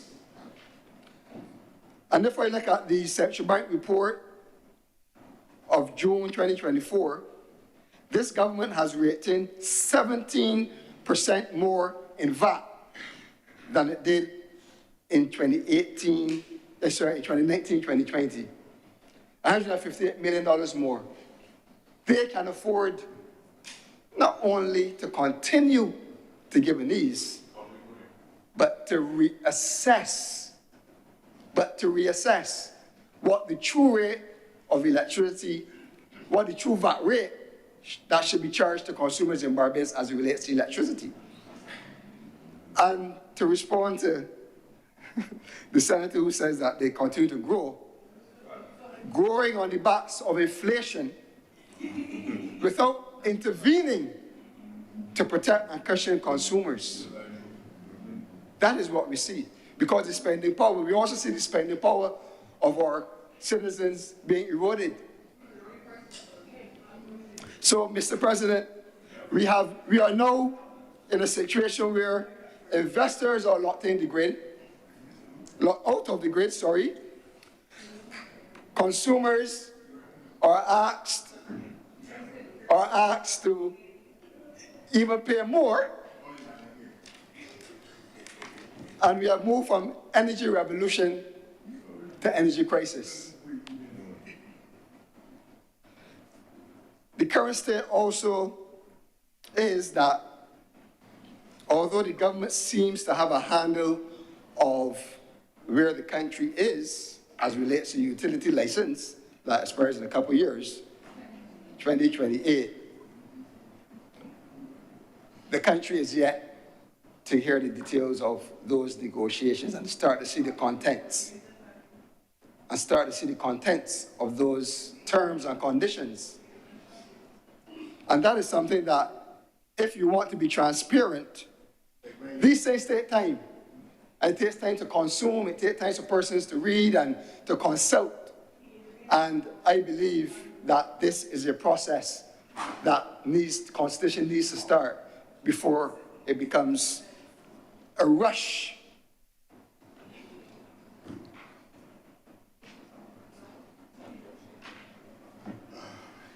But what is kind of a question that I have, and it's a serious question I think an average person will have. We have a utility license that will expire in 2028. We have a new Electricity Supply Act, or bill in this case. How do the two collide? How does utility, although my understanding is that they're exempted under the contract with these terms and conditions, they're exempted under their current contract from these terms and conditions, I'm not sure, but how do they, without an arrangement in place, if there is one, or on paper, go into these partnerships and hold up the terms and conditions that have been laid out in this bill? And I think that's a fair comment. So, sir, the summary of the state of affairs as it relates to the energy sector, and I'm going to get to the details of the bill shortly, is the government seems to be sticking on the thrust of 100% renewable by 2030. It is possibly unlikely, but there are forging ahead. We have seen the introduction of the National Energy Policy, which is guiding that development. We heard comments as it relates to the Integrated Resource and Resilience Plan, which I was unable to get access to online. So I'm not sure where that is. We know for sure that investments to the grid have been locked out, and investors are becoming tired. And it is costing them money every day. And we know that consumers are facing price hikes. And the government needs to be more transparent. The government needs to be more proactive. Because what you hear coming out of the government when it comes to energy, in many instances, is a defense of things that they have done, things that they are doing. And all we're asking is to put these things when people claim that they're not doing them. They're very good at defending, but we're asking for some proactiveness and some participation in this discussion. We know, sir, that electricity bills, if the government takes a decision not to extend its courtesy of reducing the VAT, will go up from October 1. We know that we are paying more in transportation and in our public transport as well as private transport. And we know that we have not gotten an ease at the pump for over a year. We are uncertain of the relationship with the Barbados Light and Power going forward. And we also know that when coming to office, the government did not, in the first instance, pursue kind of a strategy that was already discussed by the previous government of amalgamation of some of the energy companies that government owns. But it is now on the cards since 2019. And we are nowhere with the amalgamation of those three entities, National Petroleum Corporation. We don't know, we need an update. The Barbados National Oil Company and Barbados National Terminal Oil Company. So, from our view, that is how consumers in this country are seeing what is going on in this country. That is their reality when it comes to the energy policies in this country. If we look at the details of the bill now, to which I will turn, Mr. President, Section 7 of the bill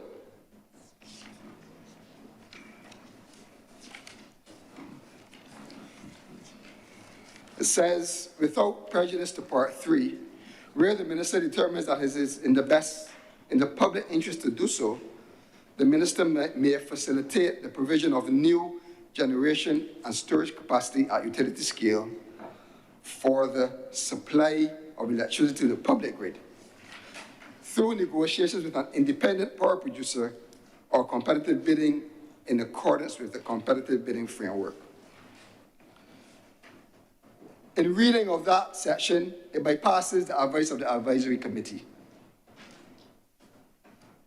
Too much power concentrated in the office of the minister without adequate transparency and consultation.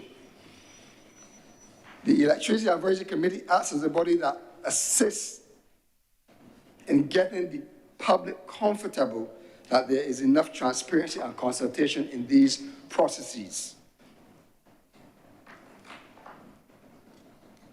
The advisory committee utilizes specific technical skills that have been laid out, and these should be brought to bear in this process, and the minister should have to consult with that committee as it relates to the provision of new generation and storage capacity at utility scale.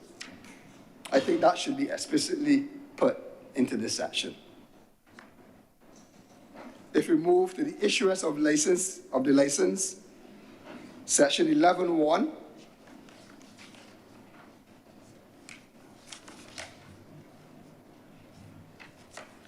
the minister may, upon payment of the prescribed fee, issue a license to an applicant where the minister is satisfied, and it goes on. The wording in the bill suggests, sir, that the minister does not have to consult again with the Electricity Advisory Committee. Seems a little untidy. Section 8.1 does direct the Electricity Advisory Committee to consider and make recommendations to the minister in respect of the applications for the issue of renewal licenses. However, to remove that consultation from the committee and advisory capacity from section 11.1 is very untidy and creates a gap that can possibly use for exploitation. The current act in section 6.2 says, 6.2, says in determining whether to issue a license to an applicant, the minister shall, rather than the minister may. it says the minister shall consider the recommendation of the committee in relation to the applicant. So there is a distinction between where we have taken the proposed legislation, where the minister now is not directed to consult with and take recommendation from the Electricity Advisory Committee.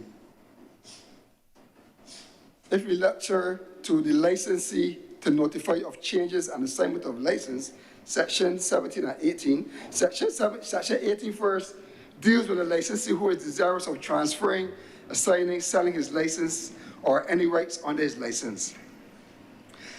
Again, this section omits the consultation process of the Electricity Advisory Committee. And while the original license is granted under the recommendation of this committee, we feel sure that any transfers in full or in part should have the input of that committee.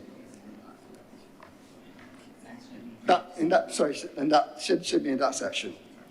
Section 18, Senator. Right. Having reviewed and considered the application, the committee should then give a recommendation to the minister. So the original license goes through a process where the Electricity Advisory Committee is involved. We believe that any transfers of ownership should involve that similar process. And the same with the control of transfer of the license in Section 17 as well. Control of the license is transferred. There's a material change in the circumstances of the licensee that impacts upon the license to conduct operations under his license. Section 17, we believe too, sir, that those processes should not vary with section. Yeah. Terms, it should be, if it is Section 8, there's nothing wrong with explicitly stating it in these sections so that we are comfortable and there's no departure from the reality that will happen. It's not Section 8. Yeah. Terms and conditions of license, Section 12.2b, Mr. President. The minister may include in a license a condition requiring a licensee to comply with such other obligation, whether or not relating to the activities authorized by the licensee. Section 12.2b. I think the government can just expand on this a bit, because you're asking someone to enter into an arrangement to do specific activities and tasks driven by the authority of the license, but then you're binding the person to do activities that are not in direct relation to those activities that the person are engaging in. So it seems a little iffy there that there's a little too much latitude by the minister to institute things in the clauses that might be prohibitive to the licensee.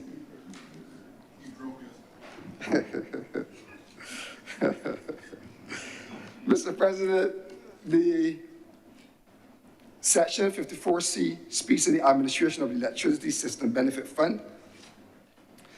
The audit of the fund to be conducted every 3 years. Primarily, we understand these to be taxpayers' money voted in by Parliament as well. It says that it can be a combination of monies voted in by Parliament or from any other source as the fund may be required. We believe 3 years is too long to audit the expenditure coming out of the use of those funds. I think the government should consider putting that to a year. And I think that is a fair ask, and a very easy ask too. Section 56(2)A speaks about the commissioning of the fund, the commissioning fund. And it says the minister and each licensee shall agree on the amount of the contribution of the licensee. And Mr. President, I go back to my previous comment of the nature of this activity is one that we could predict. There's financial models, you can predict revenues. You can probably predict some costs, but substantially you can predict revenues. And so I think there needs to be a mechanism to tighten this from just leaving it that a licensee and the minister shall agree on the amount. So that comes down to discretion. It comes down to a person's ability to even negotiate, and it might disadvantage one person over the other.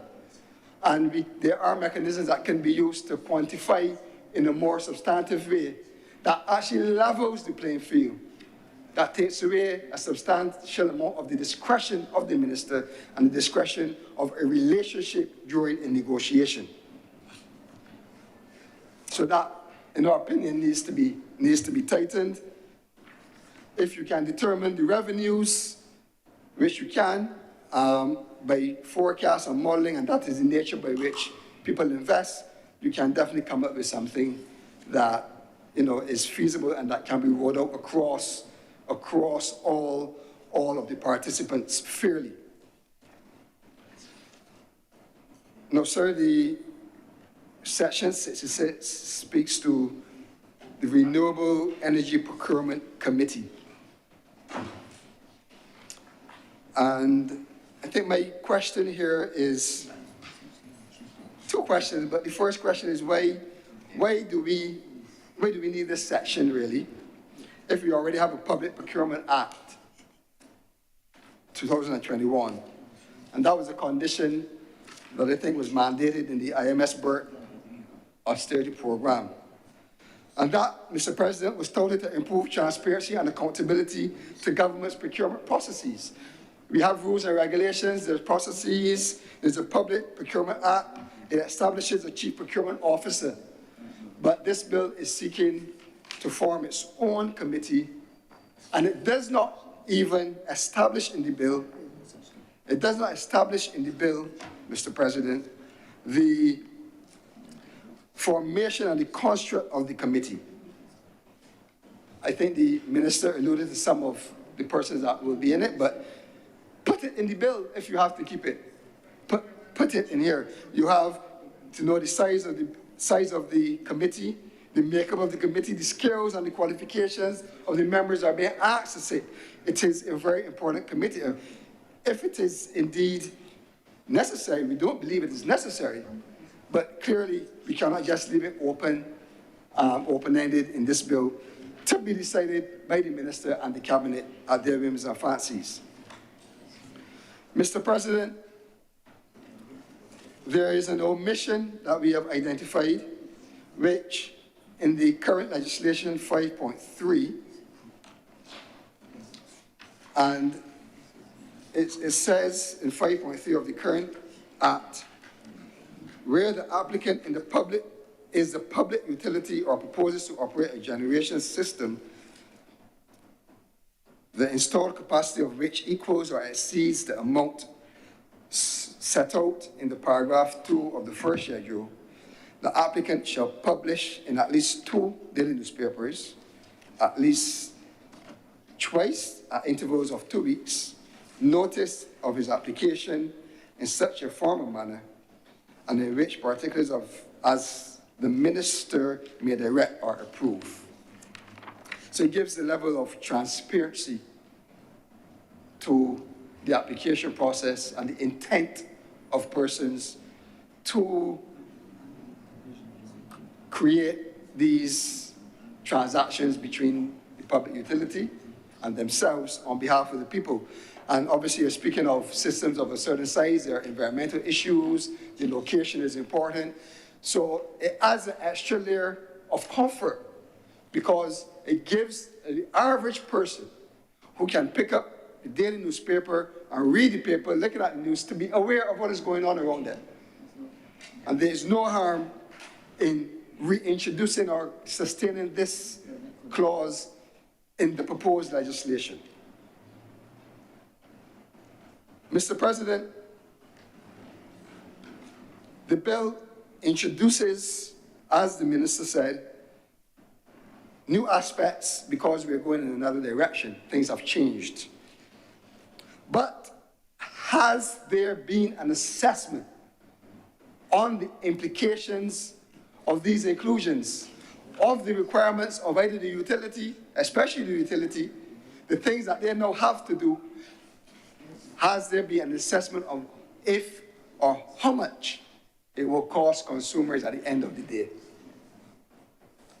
I started my conversation by saying we have to balance the discussion on the renewable energy transition, the supply of electricity, on the return of an investment of the utility company or persons feeding into that facility, and the impact, the financial impact of that to the person that have to pay the bills.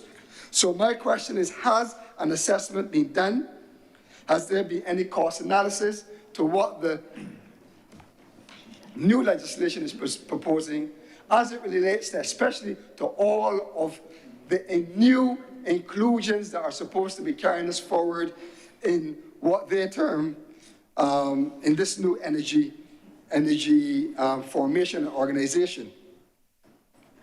So this is the genesis of my contribution as it relates to identifying today why we would want to get involved in a renewable energy transition away from fossil fuels, to give the public a snapshot of where we were or where we are now as it relates to the current regime of the energy policies of this country, and to give some feedback on some of the omissions here and some of the things in this bill that need tightening in terms of transparency, and in terms of not allowing persons to feel comfortable that we are acting in the best interest of the public. Because one asks questions, Mr. President, and because one gives constructive criticism, it doesn't mean that we're against what is happening. It doesn't. The Democratic Labour Party left the framework and foundation. We are repealing an act. And this is interesting enough that the government has not sought to make amendments to the current legislation, but they saw it fit to repeal so that they themselves can say that they have changed the energy landscape in this country. But that is not my remit here today. It is not our fault, sir, that in many instances it is clear that while there seems to be a plan, it has been mismanaged. Because I walked through the effects of the plan today and what we are feeling as a society. The government mismanaged this process, and they need to get it right. Come into this chamber and talking technical stuff and defending positions that have been made public is all well and good. But we have to work in the best interest of the people. And I believe that although it is unfortunate, they have time now that they can start to fix some of these issues that we are feeling in the economy as it relates to energy. We are at a standstill, not because of anything other than the government mismanaging the process. The investment is there, and consumers are still there, wanting an ease in their pockets. So, Mr. President, as I said, we are not against, but what we have seen needs significant improvement. Needs significant improvement. And I challenge the government to start to look specifically at some of the things that have been highlighted here, because we must not shift the focus from the intent of the transition, which is a positive effect, not only environmentally, but to the livelihoods of the people of this country. I thank you, Mr. President.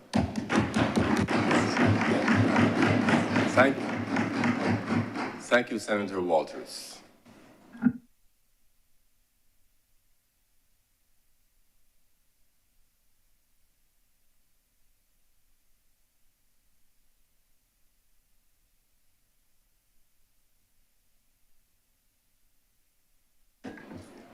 If there are no further speakers,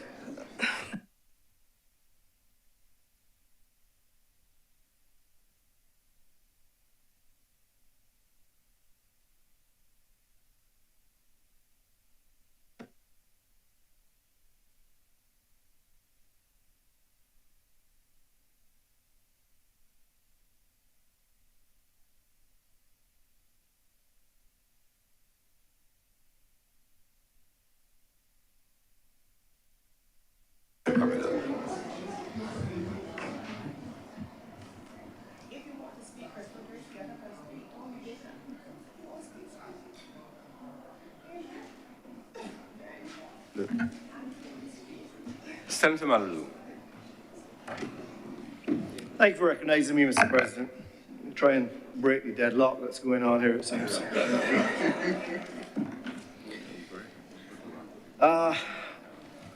Mr. President, I had really hoped to hear a bit more from the other side and some other points of view, as the time to prepare for this particular bill was quite short, but I have done the best I could in that period. I do appreciate that the government facilitated us with an information session earlier this week, because this matter is quite a technical matter, and it has some far-reaching and long-lasting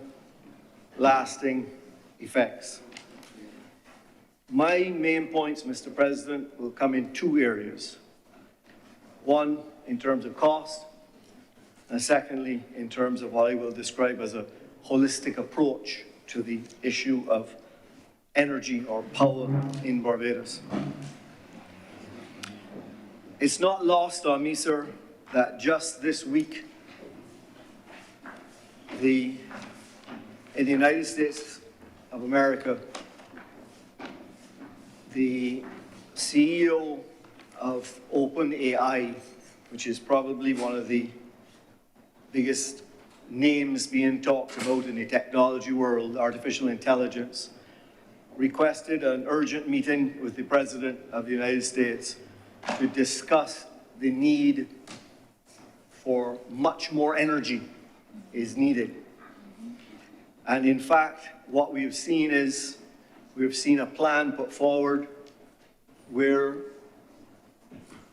power plants that have been decommissioned, like the 3 Mile Island nuclear plant, will likely be brought back online because of the huge need for energy to power AI.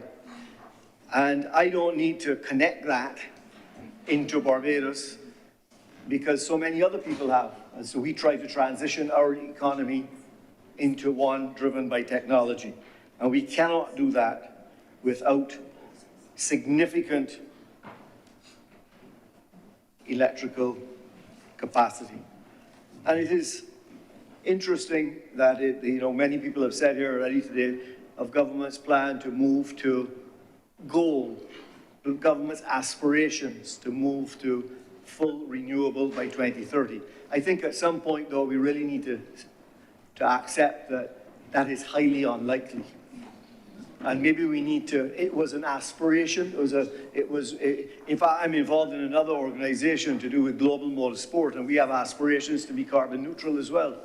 But it's an aspiration, and on the way to that aspiration, you will make some significant progress. But perhaps we will not get there because the amount of energy that we do need. So, the energy, sir, that I want to speak of, I want to speak of it within 3 areas: sustainable, resilient, and economic. Economic being affordable. And that's the part that maybe is troubling me a bit with this. The other news that we had this week came out of China, which let me come to that secondly. In changing to renewable energy, perhaps I am just a layman you know, 10, 12, maybe 15 years ago, I got involved in the renewable energy. I put a photovoltaic system in my home. I believe I was one of the early ones. I was told so by the Light and Power. There were people much earlier than that, but I was one of the first ones who did it at that type of scale in a home. And it was then I started to realize that the way that our electricity has always worked in Barbados is that we store the energy in these big tanks that we've all seen from little children, which has oil or bunker C or whatever it is stored in it. And that's our energy storage. And we converted it on demand through reciprocating engines or turbines or to the electricity that we needed immediately. When you shift to renewables, it's a completely different formula. The formula is the other way around. First you produce, then you store, and then you distribute.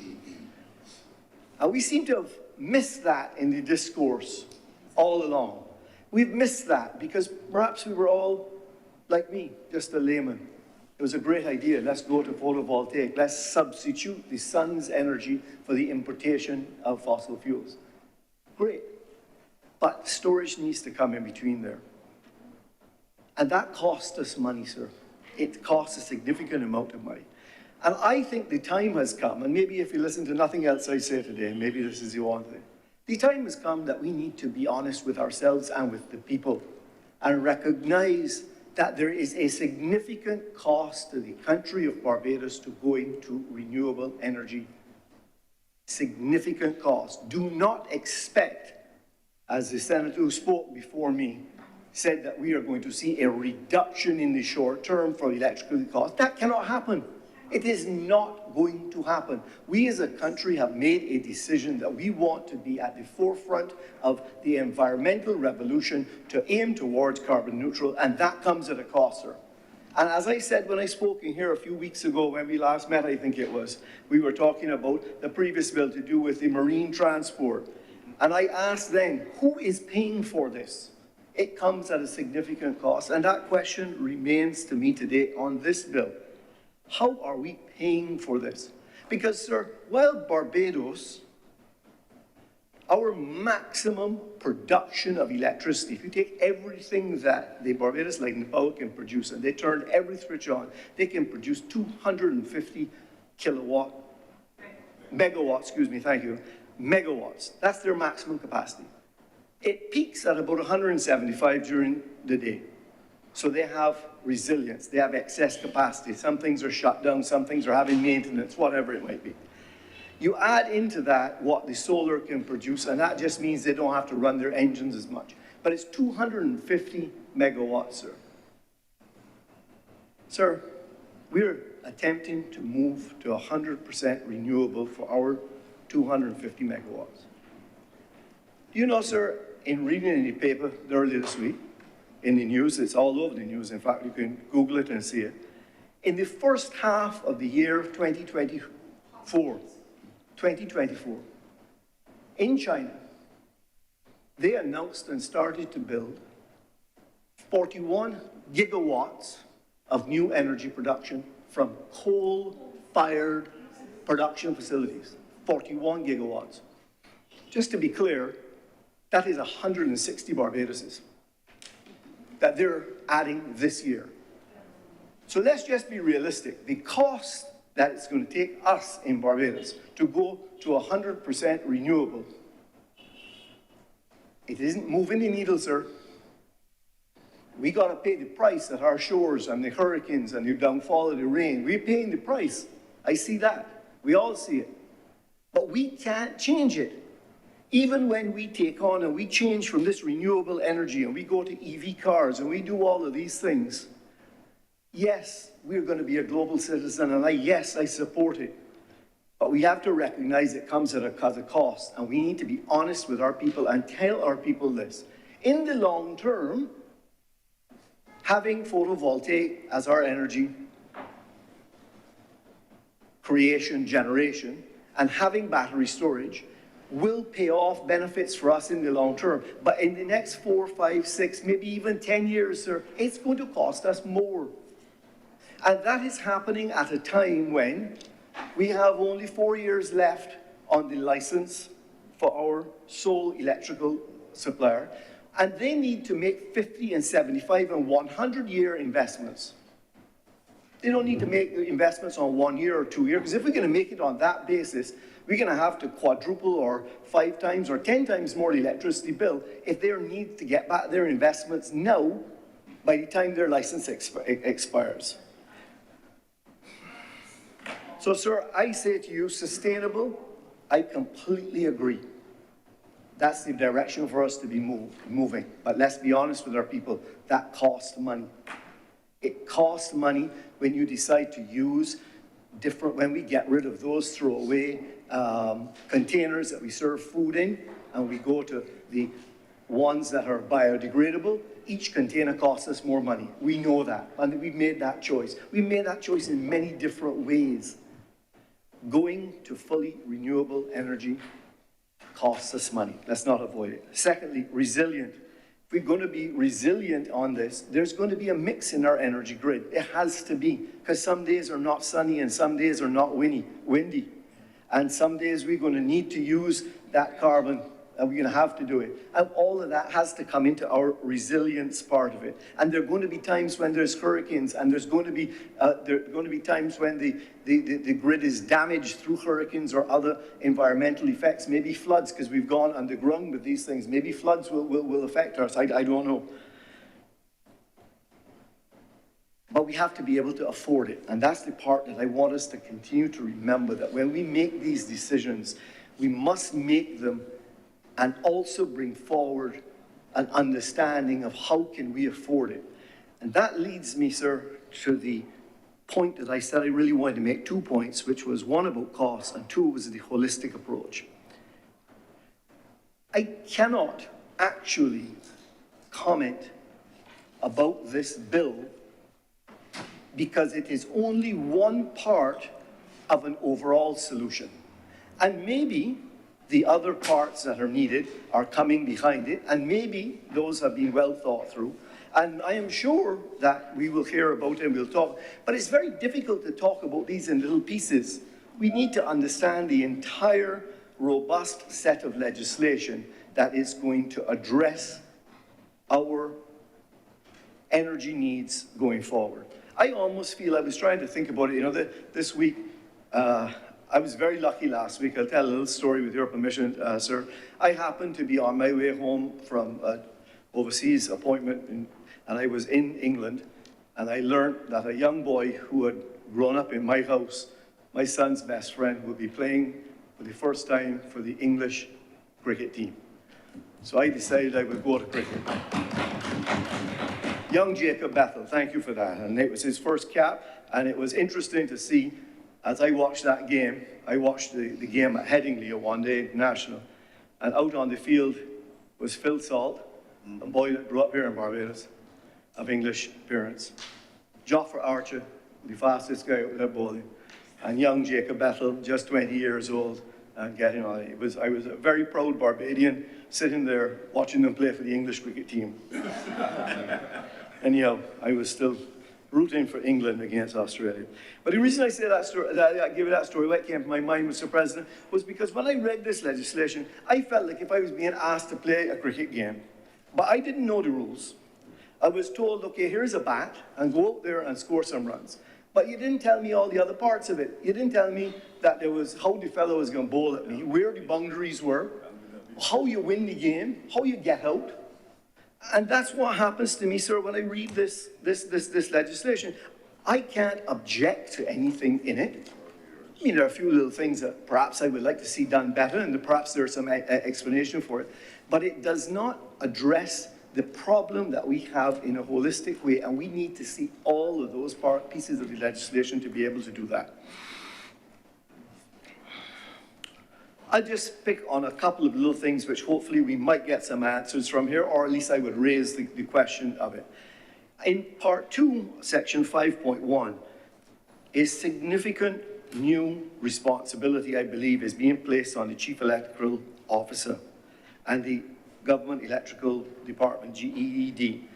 And I do hope that there is a plan, because my understanding is that when this is passed, and it will be passed, the government has the votes to have this passed, it is passed in the other place.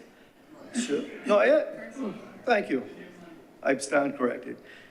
The government has the votes to have it done, and it places a responsibility on the GEED immediately, sir.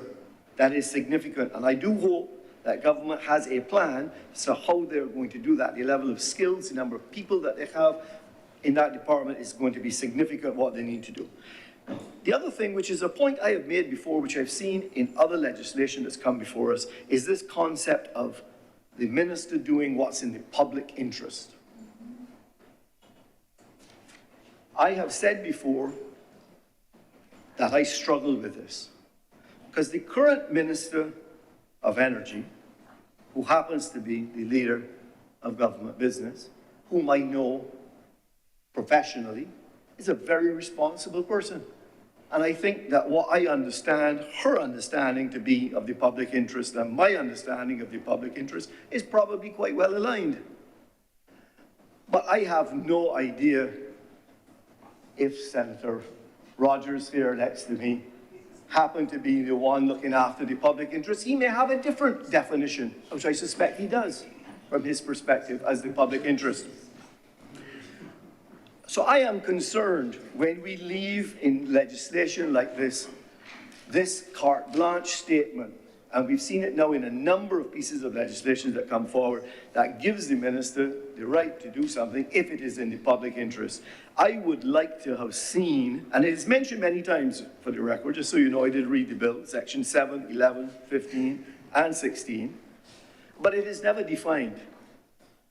And I don't understand sometimes what process the minister would go through to determine what is in fact the public interest.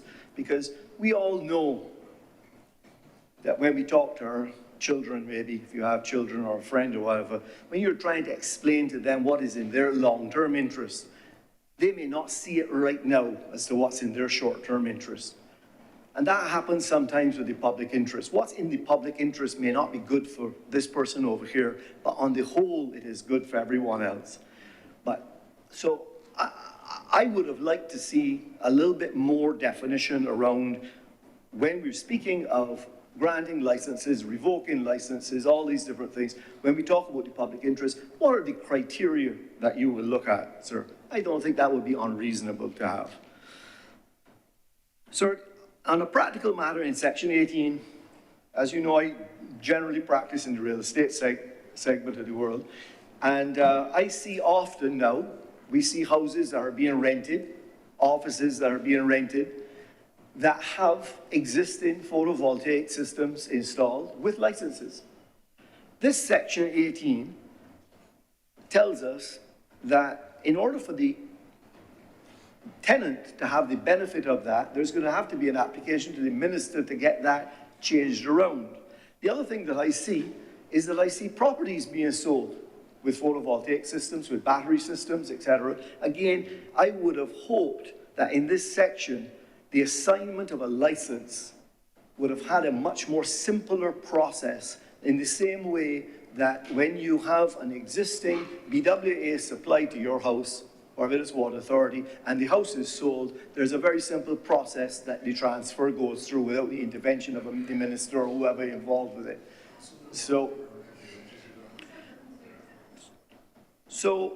the transfer of the assignment of a license, which will have to happen when the tenant gets the benefit of a photovoltaic system or the property is sold with a photovoltaic system, I would just encourage you to take a look at that to make that a more seamless process, because going forward, there are a lot more properties that are going to be sold which have electricity on their roof, as we've encouraged people to do it. And let's not make the process cumbersome or make our citizens into doing something that's not on side with the law.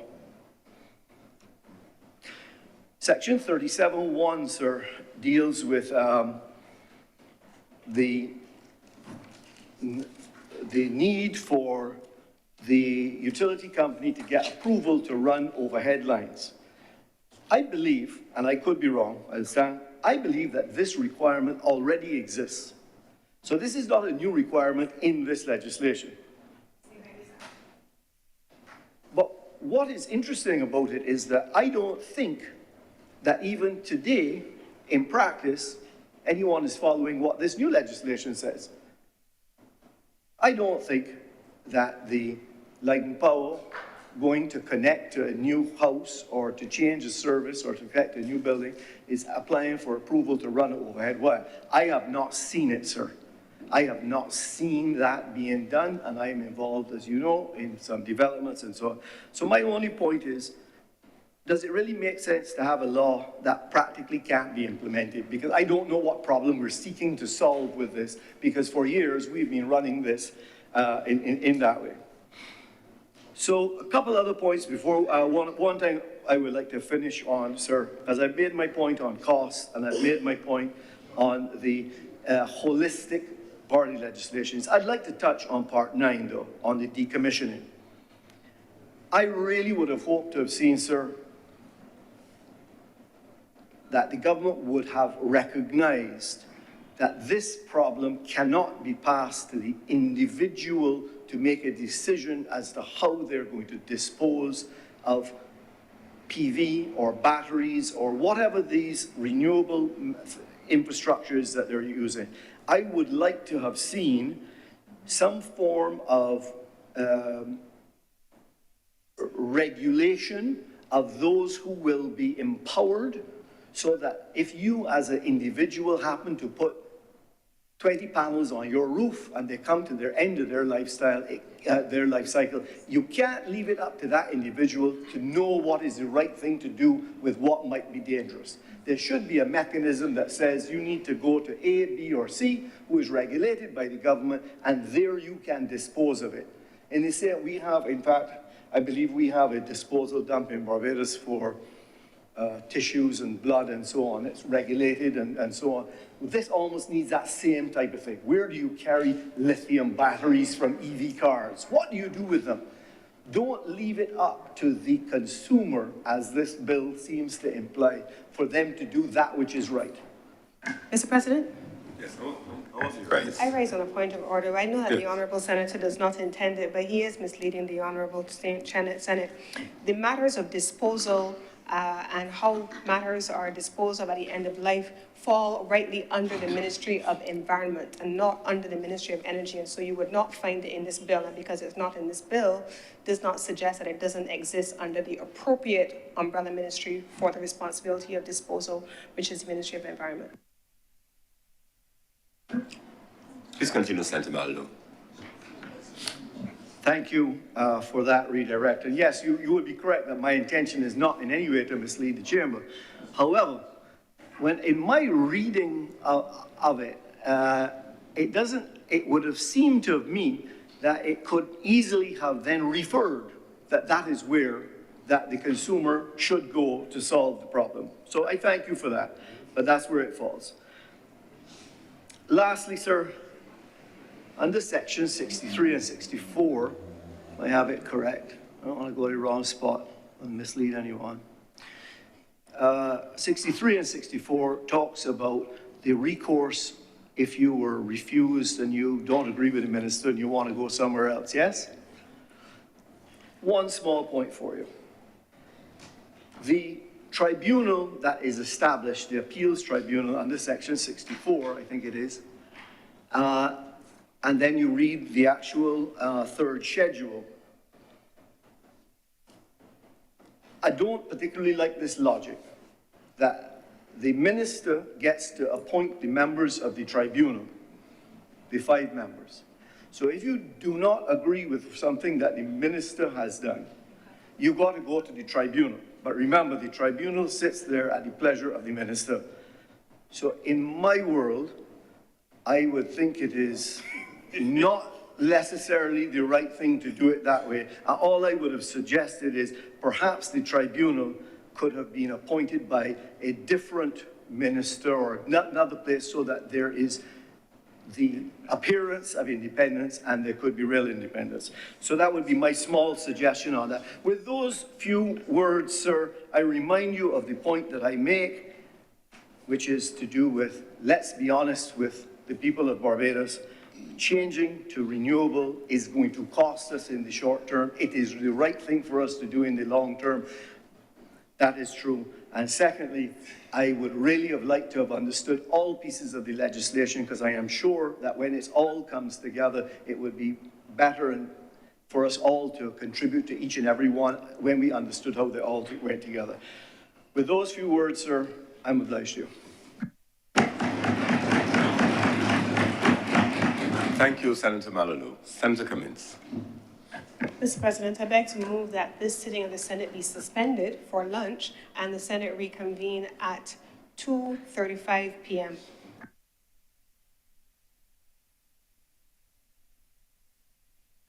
(2:40 p.m.) The question is,